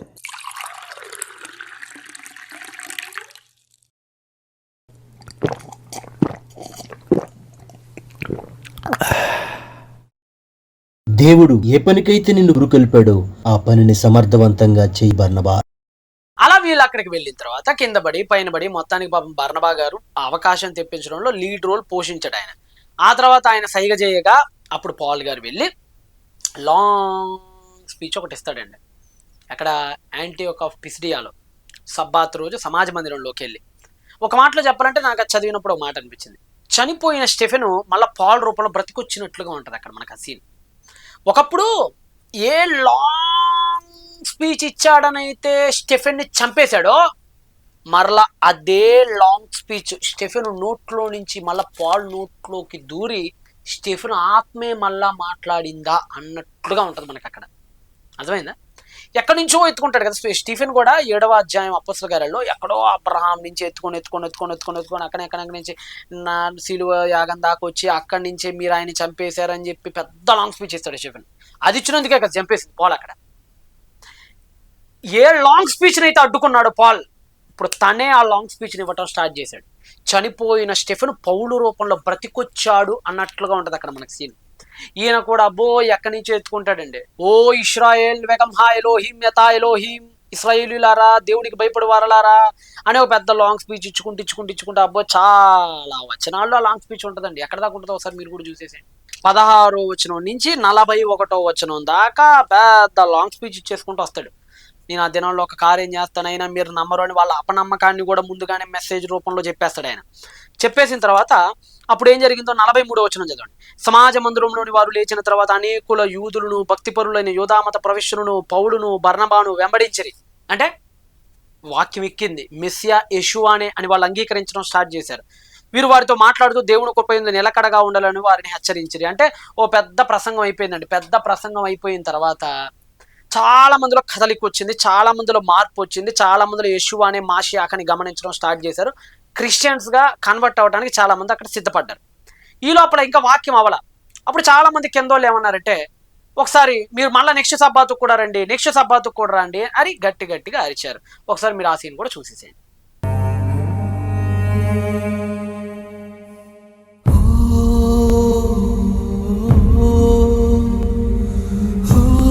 Aken hola enuhu naza umako belomu sebalam wannahunu hasbunnuhu naguha మన అతిక్రమ క్రియలను బట్టి అతడు గాయపరచబడెను, మన దోష mehu meholal upessayenu meduha me avonotenu meholal అతడు పొందిన దెబ్బల చేత మనకు స్వస్థత కలుగుచున్నది. నిశ్చయముగా అతడు మన రోగములను భరించెను, మన వ్యసనములను వహించెను. ubahaburato nirfalanu. మీరు వచ్చే సబ్బాత్ కల్లా మళ్ళా రావాలి, వచ్చి వాక్యం చెప్పాలి. మీరు వచ్చే సబ్బాత్ కల్లా మళ్ళా రావాలి, వచ్చి వాక్యం చెప్పాలి. చూసారు కదండి. అలాగ తర్వాత నెక్స్ట్ సబ్బాతుకు కూడా వీళ్ళు వస్తారు. నెక్స్ట్ సబ్బాతుకు కూడా వచ్చి మళ్ళా వాక్యం ప్రబోధిస్తారు. ఆ వాక్యంలో కొంతమంది మత ఛాందసవాదులైనటువంటి యూదులకి కుళ్ళొచ్చి ద్వేషం వచ్చి వీళ్ళ మీద రెచ్చగొట్టి ఆడవాళ్ళందరినీ పట్టుకొని వీళ్ళ మీదకి ఉసిగొల్పి చివరికి వీళ్ళేది యాంటియోక్ అనే మహానగరం నుంచి గెంటేయటానికి సర్వ ప్రయత్నాలు చేస్తారు. ఈ 13వ అధ్యాయం 46. అప్పుడు పౌలును బర్నబాను ధైర్యముగా ఇట్లనిరి, దేవుని వాక్యం మొదట మీకు చెప్పుట ఆవశ్యకమే, ఆయనను మీరు దానిని త్రోసివేసి మిమ్ముని మీరే నిత్య జీవమునకు అపాత్రులుగా ఎంచుకొనిచున్నారు గనుక ఇదిగో మేము అన్యజనుల యుద్ధకు వెళ్ళుచున్నాము. వీళ్ళ ఫస్ట్ మిషన్ ఇదే కదా, మొదట యూదునికిని తర్వాత గ్రీసు దేశస్తునికిని. ఈ విధంగా అంత్యోక్యలో వాళ్ళు వాక్యం వినకపోవటాన్ని బట్టి తమ చెప్పులు విడిచి పాదధూళిని దులిపి వాళ్ళ మీద సాక్ష్యంగా మోపి అక్కడి నుంచి వెళ్ళిపోయారు. ఆ సీన్ కూడా ఒకసారి చూసేసాను. ఈ నామమందు తప్ప మరి ఏ నామమందు రక్షణ లేదు. ఇప్పుడు అందరూ మారు మనసు పొందవలెనని ఆజ్ఞాపించుచున్నాడు. మీ క్రియలకు మీరే ఉత్తరవాదులు. మా పాదధూళి మీ పైన సాక్ష్యమిచ్చునుగాక. అలాగా సుమారుగా అంత్యోక్య నుంచి 152 కిలోమీటర్ల దూరం ప్రయాణించారు. అనగా సుమారుగా 30-60 ఒక 5 రోజుల ప్రయాణం. 5 రోజుల ప్రయాణం ప్రారంభించి ఆ నేషనల్ హైవే మీదుగా వయా సెబాస్టే మీదుగా వెళ్ళి ఈకోనియా అనేటువంటి ఊరికి వచ్చారు. ఈకోనియా యొక్క స్పెషాలిటీ ఏంటంటే సింపుల్, ఏం లేదు. ఈకోనియా అనేది ఎలాంటి పట్టణం అంటే అటు నార్త్కి, ఇటు సౌత్కి, ఇటు ఈస్ట్కి, అటు వెస్ట్కి జంక్షన్ లాంటిది. అది ఐకోనియం అనేది గుంతకల్ టైప్. ఇప్పుడు నువ్వు ఢిల్లీకి పోవాలన్నా గుంతకల్ నుంచే ట్రైన్స్ ఉంటాయి, ముంబైకి పోవాలన్నా గుంతకల్ నుంచి ఉంటాయి. గుంతకల్ అనేది సిటీ పరంగా చిన్నదే, సిటీ జనాల పరంగా చిన్నదే, కానీ జంక్షన్ వారీగా ఆలోచిస్తే అది చాలా పెద్ద పాయింట్ అది మొత్తం రైల్వే వ్యవస్థకి. అలానే ఐకోనియం అనేది సిటీ పరంగా పెద్ద లార్జ్ సిటీ ఏం కాదు, కానీ జంక్షన్ మాత్రం మంచి జంక్షన్. అది అటు ఈస్ట్కి వెళ్ళాలన్నా, నార్త్కి వెళ్ళాలన్నా, సౌత్కి వెళ్ళాలన్నా, వెస్ట్కి వెళ్ళాలన్నా, ఎక్కడికి వెళ్ళాలన్నా ఈకోనియా టచ్ చేసి వెళ్ళాలి. అలాంటి పట్టణం ఈకోనియా. ఈకోనియాకున్న మరొక స్పెషాలిటీ ఏంటంటే దీనికి పైగా రాజులు ఎవరు ఉండరండి. ఇప్పుడు మనకి సెర్గిపోలస్ ఉన్నాడు, సైప్రస్కి సెర్గిపోలస్ ఉన్నాడు కదా ఇందాక ఒక అధికారికి. ఇక్కడ అలా కాదు, ప్రజలే అధికారులు, ఇక్కడ ఎవరిష్టం వాడిది. అలాంటి ప్రమాదకరమైన ఊరు అది. ఐకోనియం అనేది చాలా ప్రమాదకరమైన, అక్కడ అధికారులు ఉన్నాడు. అసలు కనీసం కాపాడటానికి ఎవడైనా వచ్చి అడ్డుపడటానికి కూడా అధికారులు ఉండ. అక్కడ రాజులే, ప్రజలే రాజులు. అక్కడ వాళ్ళ ఇష్టం, కొడితే కొడతారు, తిడితే తిడతారు, అడిగేవాళ్ళు లేడు, మంచి చెడు అడిగేవాళ్ళు లేడు. అలాంటి అతి దారుణమైన ప్రమాదకరమైన పట్టణాలు ఐకోనియం ఒకటి. ఇలాంటి ఈకోనియాకు వచ్చారు. ఈకోనియాకు వచ్చిన తర్వాత అక్కడ కూడా కొంతకాలం వాక్యం చెప్పారు. వాక్యం చెప్పిన తర్వాత అక్కడ కూడా కొంతమంది మారటానికి ప్రయత్నించారు. వాక్యం చెప్పే క్రమంలో అక్కడ మన సమాజ మందిరం కనపడదు. ఇక్కడ ఈకోనియాలో సమాజ మందిరం కనపడదు. ఎందుకంటే సింపుల్, సమాజ మందిరం లేదంటే యూదులు తక్కువ, అన్యజనులు ఎక్కువ. సో అన్యజనుల దగ్గరికి వెళ్ళి గాస్పెల్, జంటైల్ గాస్పెల్లో భాగంగా వాళ్ళందరికీ సువార్త చెబుతూ ఉన్నప్పుడు ఈ యూదులు ఎక్కడికక్కడ అడ్డుపొలలు వేయటం స్టార్ట్ చేశారు సువార్తకి. ఎక్కడ వీళ్ళు సువార్తకి వెళ్తే అక్కడికి వీళ్ళు జ్వరపడటం, అడ్డు చెప్పటం, తప్పు అని చెప్పటం, అందరిని రెచ్చగొడటం, మత మార్పిళ్ళు అని చెప్పటం, వీళ్ళని రాళ్ళు తీసుకొని కొట్టేటట్టు చేయటం. ఈ దౌర్భాగ్య పని ఎక్కువ చేశారు.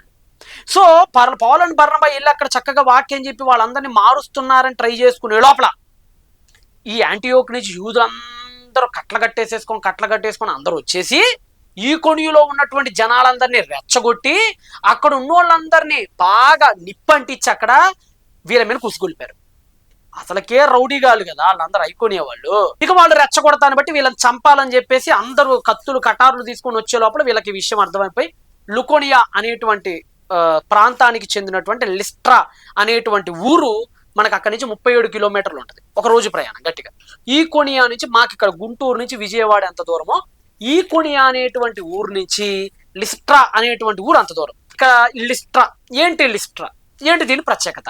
ఏం లేదండి, లిస్ట్రా అనేది ఏంటంటే ఎక్కువగా గ్రీకు దేవుళ్ళను పూజించేటువంటి పట్టణం. గ్రీకు జ్యూస్ గాడ్ కానియొచ్చు, హెర్మే కానియొచ్చు, జూపిటర్ కానియొచ్చు, అట్లాస్ కానియొచ్చు, ఇలాంటి అనేక మంది దేవతలను పూజించినటువంటి బహుభయంకరమైన విగ్రహారాధనలో ఉన్నటువంటి నగరమే లిస్ట్రా అనేటువంటి ఈ నగరం. ఈ నగరంలోకి వీళ్ళు వచ్చారు. రావటంతో మార్కెట్ అండి. లిస్ట్రా అంటే లేదు, మార్కెట్ టైప్ అది. అంటే బాగా చేపలు గేపులు బంగారం అన్నీ కలిపి మన ప్రతి ఊర్లో కొన్ని సంతలు ఉంటాయి కదా, పెద్ద మార్కెట్ సంతలు, అలాంటి అతి పెద్ద సంత అనమాట. ఈ హైవేనే ఈ వయా సెబాస్టాన్ని కాపాడటానికి పెట్టినటువంటి నగరాలు ఇవన్నీ. అంతకుముందు ఉండే కావు ఇవన్నీ. లిస్ట్రా అనేటువంటిది ఈ హైవేని కాపాడటానికి సీజర్లు నిర్మించినటువంటి ఒక గాడ్ సిటీ, అది ఒక రక్షణ సిటీ, అది ఒక రక్షణ వలయం. ఎందుకంటే జనాలు పట్టణాలు పక్క పక్కనే ఉంటే దొంగలు తక్కువ ఉంటారు కదండి. ఇప్పుడు జనాలు లేని చోటే కదా దొంగలు రెచ్చిపోయేది. ప్రతి అడుగుకి ఒక్కొక్క సిటీ ఉందనుకోండి, ఎవడు దొంగతనం చేయగలడు అక్కడ? అందుకని అడుగడుగున సిటీలు పెట్టుకుంటూ వచ్చారు. అలా పెట్టబడి సిటీనే లిస్ట్రా. ఈ లిస్ట్రాలో వీళ్ళు వచ్చి బలహీన పాదములు కలిగిన వాడిని లేపుతారు. బలహీన పాదాలు కలిగిన వాడిని లేపిన తర్వాత అప్పుడు ఆ మార్కెట్లో జనాలందరికీ ఒక సీన్ గుర్తొచ్చింది. ఆ సీన్ ఏంటంటే గతంలో కథ ఉంది లిస్ట్రాలో. ఇప్పటికీ గతంలో ఒక కథ ఉంది. ఇప్పుడు మీరు కొన్ని ఊర్లు వెళ్తూ కొన్ని కథలు చెప్తూ ఉంటారు. మా ఊర్లో ఒకప్పుడు కొన్ని వందల సంవత్సరాల కిందట ఏం జరిగిందో తెలుసా అని ప్రతి ఊరికి ఒక కథ ఉంటుంది. వీళ్ళు పూజించి ఒకప్పుడట, వీళ్ళ పురాణాలు ఈ మధ్య చదివినప్పుడు నాకు విషయం అర్థమైంది. ఒకప్పుడట బృహస్పతి అనే దేవుడు, హెర్మే అనే దేవుడు మనిషిగా ఒక రైతు వస్త్రాలను ధరించుకొని ఒక సాధారణ వ్యవసాయకుడు రూపంలో ఈ భూలోకానికి వచ్చారట. జనాలు ఎలా ఉన్నారు, మంచి చెడు ఎలా ఉంది అని ఒక రకంగా పరిశీలించడానికి జనాల్ని వాళ్ళందరూ వచ్చారట. వాళ్ళందరూ వచ్చిన తర్వాత భూలోకానికి దిగారట. భూలోకానికి దిగిన తర్వాత 1000 ఇళ్ళకి వెళ్ళారట వీళ్ళు. ప్రతి ఊరికి వెళ్ళటం డోర్ కొడతాం అలా చేశారట. అలా చేసినప్పుడు ఎవరు డోర్ తెలవలేదట. అప్పుడు ఫిలోమోన్ అనేటువంటి ఒక వ్యక్తి డోర్ తెచ్చారట. వాళ్ళు చిన్న భార్యాభర్తలు, వాళ్ళ పైన అంతా కూడా గడ్డితో కప్పబడినటువంటి రూఫ్ ఉంటుంది. ఆ రూఫ్ చాలా చిన్నిళ్ళు, కటిక మంచం ఉంటే వాళ్ళు పాపం లోపలికి పిలిచి ఆహ్వానించి వాళ్ళకి కావాల్సినటువంటి తిండి తిప్పలన్నీ పెట్టి గ్రేప్ జ్యూస్ పోతున్నారట. అలాగా ఈ ఫిలోమోన్ అనే వ్యక్తి గ్రేప్ జ్యూస్ పోతున్నప్పుడు గ్రేప్ జ్యూస్ పోతానే ఉన్నారు, వాళ్ళు తాగుతూనే ఉన్నారు. ఈ బాటిల్లో గ్రేప్ జ్యూస్ అవ్వట్లా, పోతానే ఉన్నారు గ్రేప్ జ్యూస్. ఇది మాత్రం అట్లా, ఇది ఎప్పుడు ఫుల్గా ఉంటుంది బాటిల్. ఇది ఏంట్రో తేడా కొడుతుందిరా అనుకుని అప్పుడు గుర్తుపడతాడు, అమ్మా వీళ్ళు దేవుళ్ళురా బాబు అనుకుని గుర్తుపట్టి ఒక బాతు కూర ఉండి పెడదామని ఇంటి ఎదురున్న బాతును కోస్తానికి వెళ్తారు.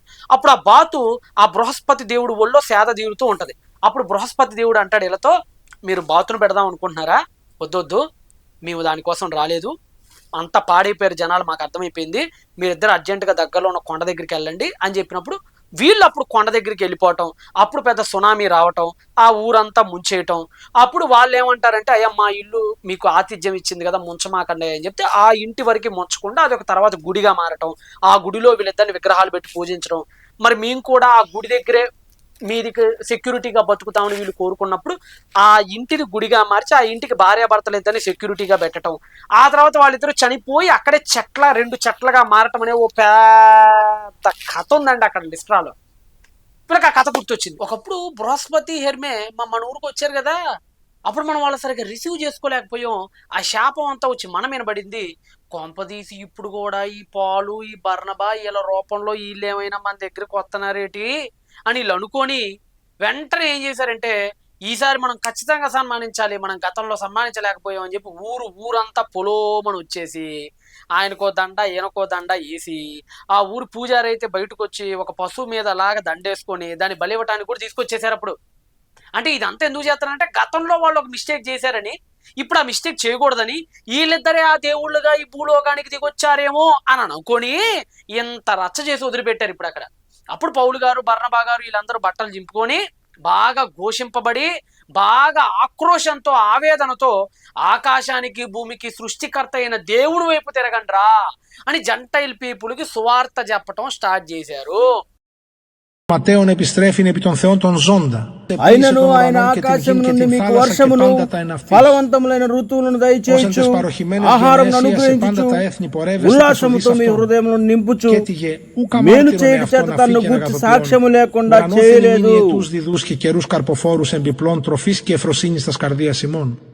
ఆ విధంగా లిస్ట్రాలో చాలా మంది మారటానికి కారణమైంది. వీళ్ళంతటితో కూడా ఆగల, మళ్ళా ఈ కోనియా నుంచి మళ్ళా అంత్యోకియా నుంచి కొంతమంది యూదులు వీళ్ళందరినీ తోడుకొని వచ్చి వాళ్ళు ఎంత గలిబిలు చేశారో ఒకసారి చూడండి. 14వ అధ్యాయం 19వ వచనం. అంత్యోకియా నుండి ఈ కోనియా నుండి యూదులు వచ్చి జన సమూహములను తమ పక్షములుగా చేసుకొని పౌలు మీద రాళ్ళు రువ్వి అతడు చనిపోయినని అనుకొని పట్టణము వెలుపలకు అతన్ని ఈడ్చిరి. వెంటనే యాంటియోకు నుంచి ఈ కోని నుంచి పొలోమని అందరూ వచ్చి పడేసి లిస్ట్రస్ లో ఉన్న వీళ్ళందరినీ కదిలిచ్చి వీళ్ళందరికీ తప్పుడు మాటలు చెప్పి వాళ్ళిద్దరు బర్నబాలు వాళ్ళ మనుషులు రా బాబు, వాళ్ళు హెర్మే ఏంది, వాళ్ళు జొప్పతి ఏంది, మన హెర్మే జొప్పతి మనకేం చెప్పారు, వీళ్ళు ఇద్దరు వచ్చి మనకేం చెప్తున్నారు అని లేనిపోని అని చెప్పి వాళ్ళిద్దరు హెర్మే జొప్పతి కాదని మత మార్పిడి చేయడానికి వచ్చిన వాళ్ళని లేనిపోని కథలన్నీ అల్లి వాళ్ళ మీద ఉసిగొల్పారు. చివరికి అసలకే ఈ కొనియా వాళ్ళంటే ఇందాకే చెప్పా మీకు, అక్కడ ప్రజలే సైనికుల టైపు వాళ్ళందరూ వచ్చి ఈడ్చుకొని వచ్చి రాళ్ళు రువ్వి మొత్తం దెబ్బలు పట్టిపోయినాయండి. మొహం నిండా గాయాలైపోయి కొరడాలు తీసుకొని కొట్టి రాళ్ళు తీసుకొని విసిరితే మీకు తెలుసు కదా, అప్పుడప్పుడు కొన్ని రాళ్ళు విసిరితే ఆ మచ్చలు మనకు పోవండి. ఇప్పటికీ నాకు ఇక్కడ చిన్న మచ్చ ఉంటుంది, చిన్నప్పుడు రాయి తగిలింది, నాకు ఎప్పటికీ పోదు, అది ఎప్పటికీ పోదు కూడా. అలాంటి రాళ్ళు తీసుకొని విసురుతుంటే మొహం నిండా రాళ్ళు పడిపోయి ఎక్కడికక్కడ మొహం అంతా ఎలాగ అయిపోయి ఉండితో మీకే వదిలేస్తున్నా. అప్పుడు మరలా వీళ్ళు తెల్లారి లేచి లిస్ట్రా నుంచి మళ్ళా 100 కిలోమీటర్ల దూరం అండి, 100 కిలోమీటర్లు చూడండి. నిన్న రాత్రి రాళ్ళు తీసుకొని కొడితే 100 కిలోమీటర్ల దూరం మళ్ళా నడుచుకుంటూ 3 రోజులు ప్రయాణం చేసిన తర్వాత అప్పుడు దెర్బేకి వెళ్ళారు. డెర్బే అంటే ఏం లేదు, 2 ప్రావిన్సీస్ మధ్య సరిహద్దు, అది అంటే ట్యాక్సెస్ వసూలు. ఇప్పుడు మనకి ఒక స్టేట్ నుంచి ఇంకొక స్టేట్కి వెళ్తుంటే ట్యాక్సెస్ వసూలు చేసేవాళ్ళు ఆ రోజుల్లో. అది అలాగనే ఈ లైకోనియాకి గెలేషియాకి మధ్యలో ఉన్నటువంటి ట్యాక్స్ వసూలు చేసేటువంటి ఒక కేంద్రం, ఒక చెక్ పోస్ట్ లాంటిది. అక్కడికి వచ్చి అక్కడి నుంచి ఇటు పాస్ అయ్యేవాళ్ళు, ఇటు నుంచి అటు పాస్ అయ్యేవాళ్ళు. ఆ టోల్ గేట్ టైప్లో, ఒక మాటలో చెప్పినట్టు టోల్ గేట్ టైప్లో ట్యాక్సెస్ వసూలు చేసేటువంటి సెంటర్ ఉంటుంది డెర్బస్లో. ఆ డెర్బే అనేటువంటి సెంటర్ కాస్త మంచి సెంటర్, అక్కడ ఉన్న వాటి అన్నింటిలోకి వెళ్ళా. అక్కడికి వీళ్ళు 100 కిలోమీటర్లు ప్రయాణం చేసి ఆ ఊరు వెళ్ళి అక్కడ వాళ్ళకి సువార్త చెప్పాడు. ఇలాగా వీళ్ళు కష్టాలు పడి నష్టాలు పడి కింద పడి పైన పడి ఎన్నో గాయాలు, ఎన్నో దెబ్బలు, ఎన్నో చేత్కరింపులు, ఎన్నో ఈసడింపుల నడుమ దేవుడి మహోన్నతమైన వాక్యాన్ని చేత పట్టుకొని నోటి వెంట పెట్టుకొని దేవుడి కోసం ఎన్నో పోరాటాలు చేశారు, ఎన్నో సువార్తలు చేసుకుంటూ పోయారు. అలాగా మొత్తం మనం తిరగేసుకుంటూ ముందుకెళ్ళిపోతే అలాగా దాదాపుగా 1300 కిలోమీటర్ల దూరం అండి, 1 కాదు 2 కాదండి, 1300 కిలోమీటర్ల దూరం. ఎక్కడ అంత్యోకియా నుంచి సెలూకైకి 16 కిలోమీటర్లు, అక్కడి నుంచి సలామీకి 209 కిలోమీటర్లు, ఇక్క సలామీ నుంచి పాపోస్కు 165 కిలోమీటర్లు, అక్కడి నుంచి పెరగాకి 281 కిలోమీటర్లు, అక్కడి నుంచి యాంటియోకి 190 కిలోమీటర్లు, అక్కడి నుంచి ఈకొనియకు 152 కిలోమీటర్లు, అక్కడి నుంచి లిస్ట్రాకి 37 కిలోమీటర్లు, అక్కడి నుంచి డెర్బేకి ఎంత దాదాపుగా 100 కిలోమీటర్లు. మళ్ళా అక్కడి నుంచి ఆయన సొంతూరు తార్స్ పక్కనే, కిలికియా పక్కనే ఉంటుంది, ఆయన సొంతూరు జిల్లా పక్కనే. కానీ వెళ్ళలేదండి. ఈరోజు మనం చిన్న మోషన్స్ వస్తే చర్చి మానేస్తాడు, చిన్న తలకాయ నొప్పి వస్తే చర్చి మానేస్తాడు, ఒక 500 ఈరోజు కూలి ఎక్కువ ఇస్తాడంటే చర్చి మానేస్తాడు. మన దరిద్రం ఏంటంటే రూపాయి వస్తే కూడా దేవుడిని నమ్మేసే టైప్ మనం. చిన్న రోగాలకే ఎందుకు ఈరోజు రాలేదంటే ఒంట్లో బాగాలేదు బ్రదర్, సిగ్గుండాలరా నాయన కథ.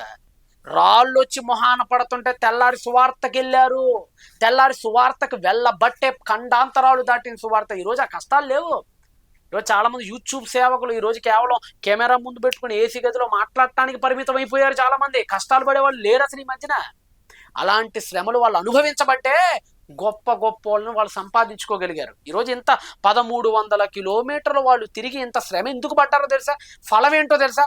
ఒక సిరికి పాలస్ మారారు. ఈ కొనియా లుస్త్రాలో పరిచర్య చేసినప్పుడు ఒక తిమోతి మారాడు, ఒక దెర్బేలో పరిచయం చేసినప్పుడు ఒక గాయి మారాడు, ఒక టైటస్ మారాడు. ఇలా ఎందరో మార్పుకి మొదటి మిషనరీ జర్నీ కారణమైంది. ఈ మొదటి మిషనరీ జర్నీలో వాళ్ళు పడిన కష్టాలకి యోధులు పుట్టుకొచ్చారు, వీరుల్ని కనగలిగారు.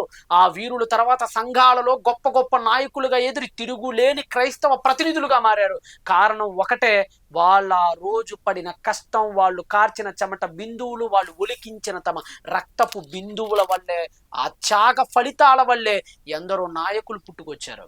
కష్టపడి ప్రాణాలకు తెగించి బందిపోటు దొంగల నడుమ ఎక్కడ ఎవడు దాడి చేస్తాడో, ఎక్కడ ఏ సముద్రపు దొంగ కుతుకులు తెగ నరుకుతాడో తెలియని రోజుల్లో ప్రాణాలని సముద్ర పాలు చేయటానికి సిద్ధపడి బయలుదేరిన వీరుల్లో ప్రప్రథముడు ద గ్రేట్ సెయింట్ పాల్. అలాంటి పౌలు గారి మిషనరీ ప్రయాణం సాగింది ఇలా. మరలా తార్సుకి వెళ్ళి పనుకోలేదండి, తన సొంత ఇల్లు పక్కనే దెర్బే నుంచి చాలా దగ్గర తార్సస్, కానీ టార్సస్ కానీ వెళ్ళలా. ఆయనకు ఒకటి భయం పట్టుకుంది, మళ్ళీ ఒరే ఇంత వాక్యం చెప్పాం, ఇంత కష్టపడ్డాం, ఇంతగా శ్రమించాం, ఇన్ని రాళ్ళు దెబ్బలు తిన్నాం, మరలా నేను టార్స్కి వెళ్ళి పనుకున్నాను అనుకో, మళ్ళీ ఈ సంఘాలన్నీ ఏమైపోవును, మళ్ళా యూదులందరూ వచ్చి ఈ సువార్త అంతా తప్పని వాళ్లకు చెబితే మా కష్టాలని ఏమైపోవును అని మరలా దెర్బే నుంచి ఇంటికెళ్ళి పడుకొని రెస్ట్ తీసుకొని ఒక వారం రోజులు శుభ్రంగా ఎంజాయ్ చేసుకోకుండా మళ్ళా దెర్బే నుంచి మళ్ళీ ఏం చేశాడు, మళ్ళీ రిటర్న్ జర్నీ, మళ్ళీ రీవిజిటింగ్ స్టార్ట్ చేశాడు. మళ్ళా దెర్బే నుంచి మళ్ళీ లిస్ట్రా వెళ్ళాడు, అక్కడ నాయకుల్ని సంఘాన్ని ఏర్పాటు చేశాడు. మళ్ళీ లిస్ట్రా నుంచి మళ్ళీ పైన ఐకోనియం వెళ్ళాడు, అక్కడి నుంచి మళ్ళీ యాంటియోకి వెళ్ళాడు, అక్కడి నుంచి మళ్ళీ పెర్గేకి వచ్చాడు, అక్కడి నుంచి మళ్ళీ ఎటాలియాకి వెళ్ళాడు. మళ్ళీ అప్పుడు ఎటాలియా నుంచి మళ్ళీ 500 కిలోమీటర్ల సుదీర్ఘ ప్రయాణం చేసి చేసి చేసి చేసి మళ్ళీ అప్పుడు సెలూకైకి వెళ్ళి అప్పుడు యాంటియోక్ సంఘం దగ్గరికి 1.5 year పట్టిందండి. 1.5 years పట్టిందండి మొత్తం ప్రయాణం. మొత్తం 1.5 years ప్రయాణంలో భాగంగా వెళ్ళేటప్పుడు చక్కగా వెళ్ళారు, వచ్చేటప్పుడు దెబ్బలతో, గాయాలతో, రక్తం కారిపోతున్న గాయాలతో తిరిగి వచ్చారు. కానీ మంచి వార్తను మోసుకొని వచ్చారు, కొన్ని 10 సంఘాలను నెలకొల్పి వచ్చారు. ఆ విధంగా చాలా గొప్పగా ఘనంగా ఆత్మల రక్షణార్థమై సాగినటువంటి ఆ సేవ ఈరోజు ప్రపంచ క్రైస్తవ్యానికి ఊపిరి పోసింది. ఈరోజు ఇన్ని వేల మిషనరీలు ప్రపంచవ్యాప్తంగా వెళ్ళటానికి ఒక మాదిరిగా నిలబడింది పౌలు గారి మొదటి మిషనరీ ప్రయాణం. కాబట్టి మీకు చాలా క్లియర్, మీకు మిషనరీ జర్నీలు అర్థమైతేనే పత్రికలు అర్థమవుతాయి. మళ్ళీ చెప్తున్నా, మీరు ఎఫ్ఎస్సి పత్రిక 1000 సార్లు చదవండి మీకు అర్థం కాదు, గలతీ 10 లక్షల సార్లు చదవండి మీకు అర్థం కాదు, కొలసి 100 సార్లు చదవండి మీకు అర్థం కాదు. మీకు పత్రికలు అర్థం కావాలంటే మిషనరీ ప్రయాణాలు అర్థం కావాలి, మీకు పత్రికలు అర్థం కావాలంటే అపోస్తల కార్యాల గ్రంథం అర్థం కావాలి. కాబట్టి దానిలో భాగంగా ఈ మొదటి మిషనరీ ప్రయాణాన్ని ఈరోజు మీ ముందు సాధ్యమైనంత మట్టుకు విప్పి చెప్పా. వాస్తవానికి ఇప్పుడు నాకు మరలా జర్నీ ఉంది, చాలా దూరం వెళ్ళాలి, అందుకనే కాస్త స్పీడ్గా చెప్పాను. కానీ ఆలోచించేటువంటి ప్రయత్నం చేయండి. ఇక నెక్స్ట్ ఇది అయిపోయింది కదా, ఫస్ట్ మిషనరీ జర్నీ అయిపోయింది.